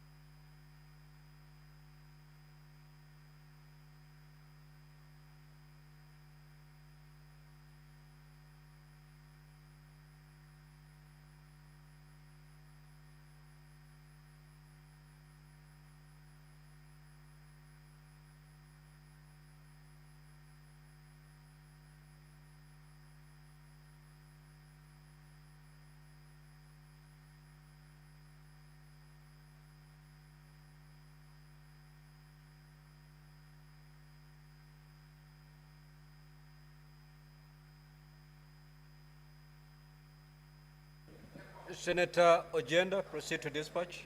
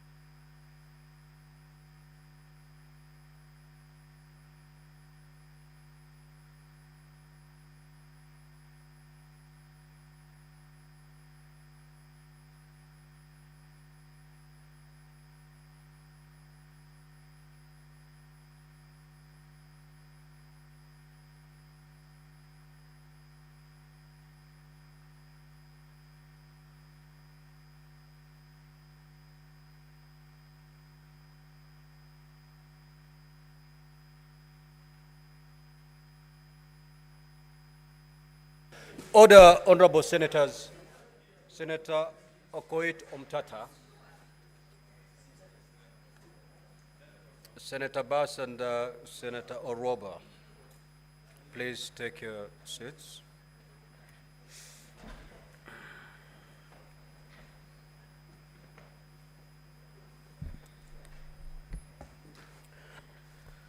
Now, the result of the division is as follows. Charge number 1, ayes 54, nays 13, abstention 0. So the ayes have it. Charge number 2, ayes 28, nays 39, abstention 0. So the nays have it. Charge number 3, ayes 19, nays 45, abstention 3. So the nays have it. Charge number 4, the ayes at 51, nays at 16, abstention at 0. The ayes have it. Charge number 5, ayes 49, nays 16, abstention 2. So the ayes have it. Charge number 6, ayes at 48, nays at 18, abstention 1. So the ayes have it. Charge number 7, the ayes 13, nays 53, abstention 1. So the nays have it. Charge number 8, ayes 27, nays 40, abstention 0. So the nays have it. Charge number 9, ayes 46, nays 20, abstention 1. So the ayes have it. Charge number 10, ayes 22, nays 45, abstention 0. The nays have it. Charge number 11, the ayes 18, nays at 47, abstention 2. So the nays have it.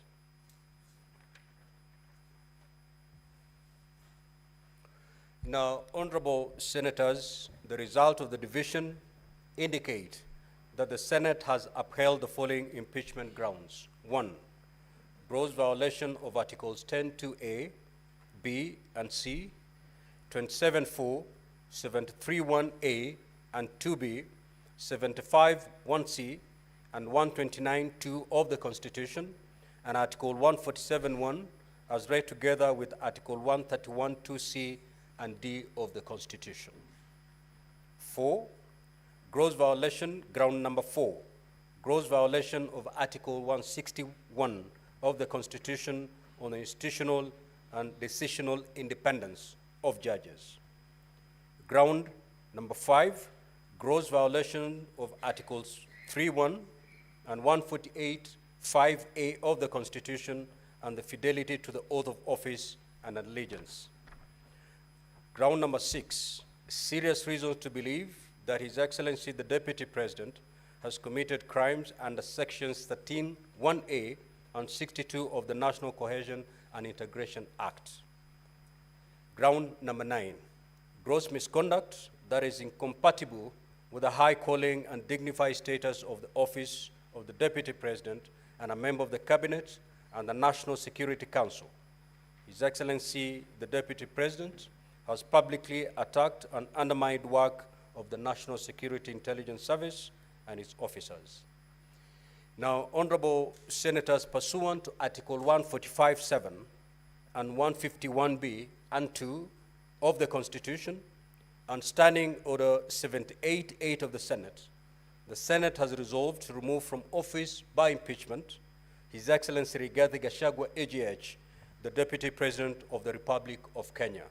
Accordingly, His Excellency Rigathi Gachagua, EGH, ceases to hold office. I thank you. You may rise, honorable senators.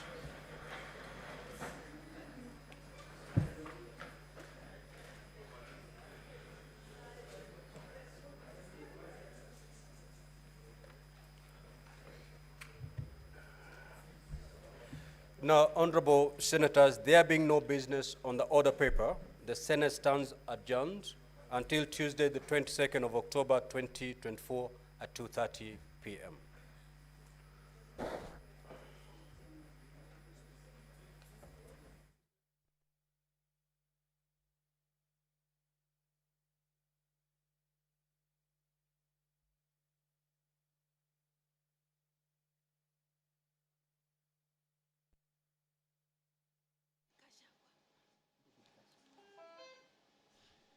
You've been watching the impeachment of Deputy President Rigathi Gachagua, who has been found guilty on 5 charges.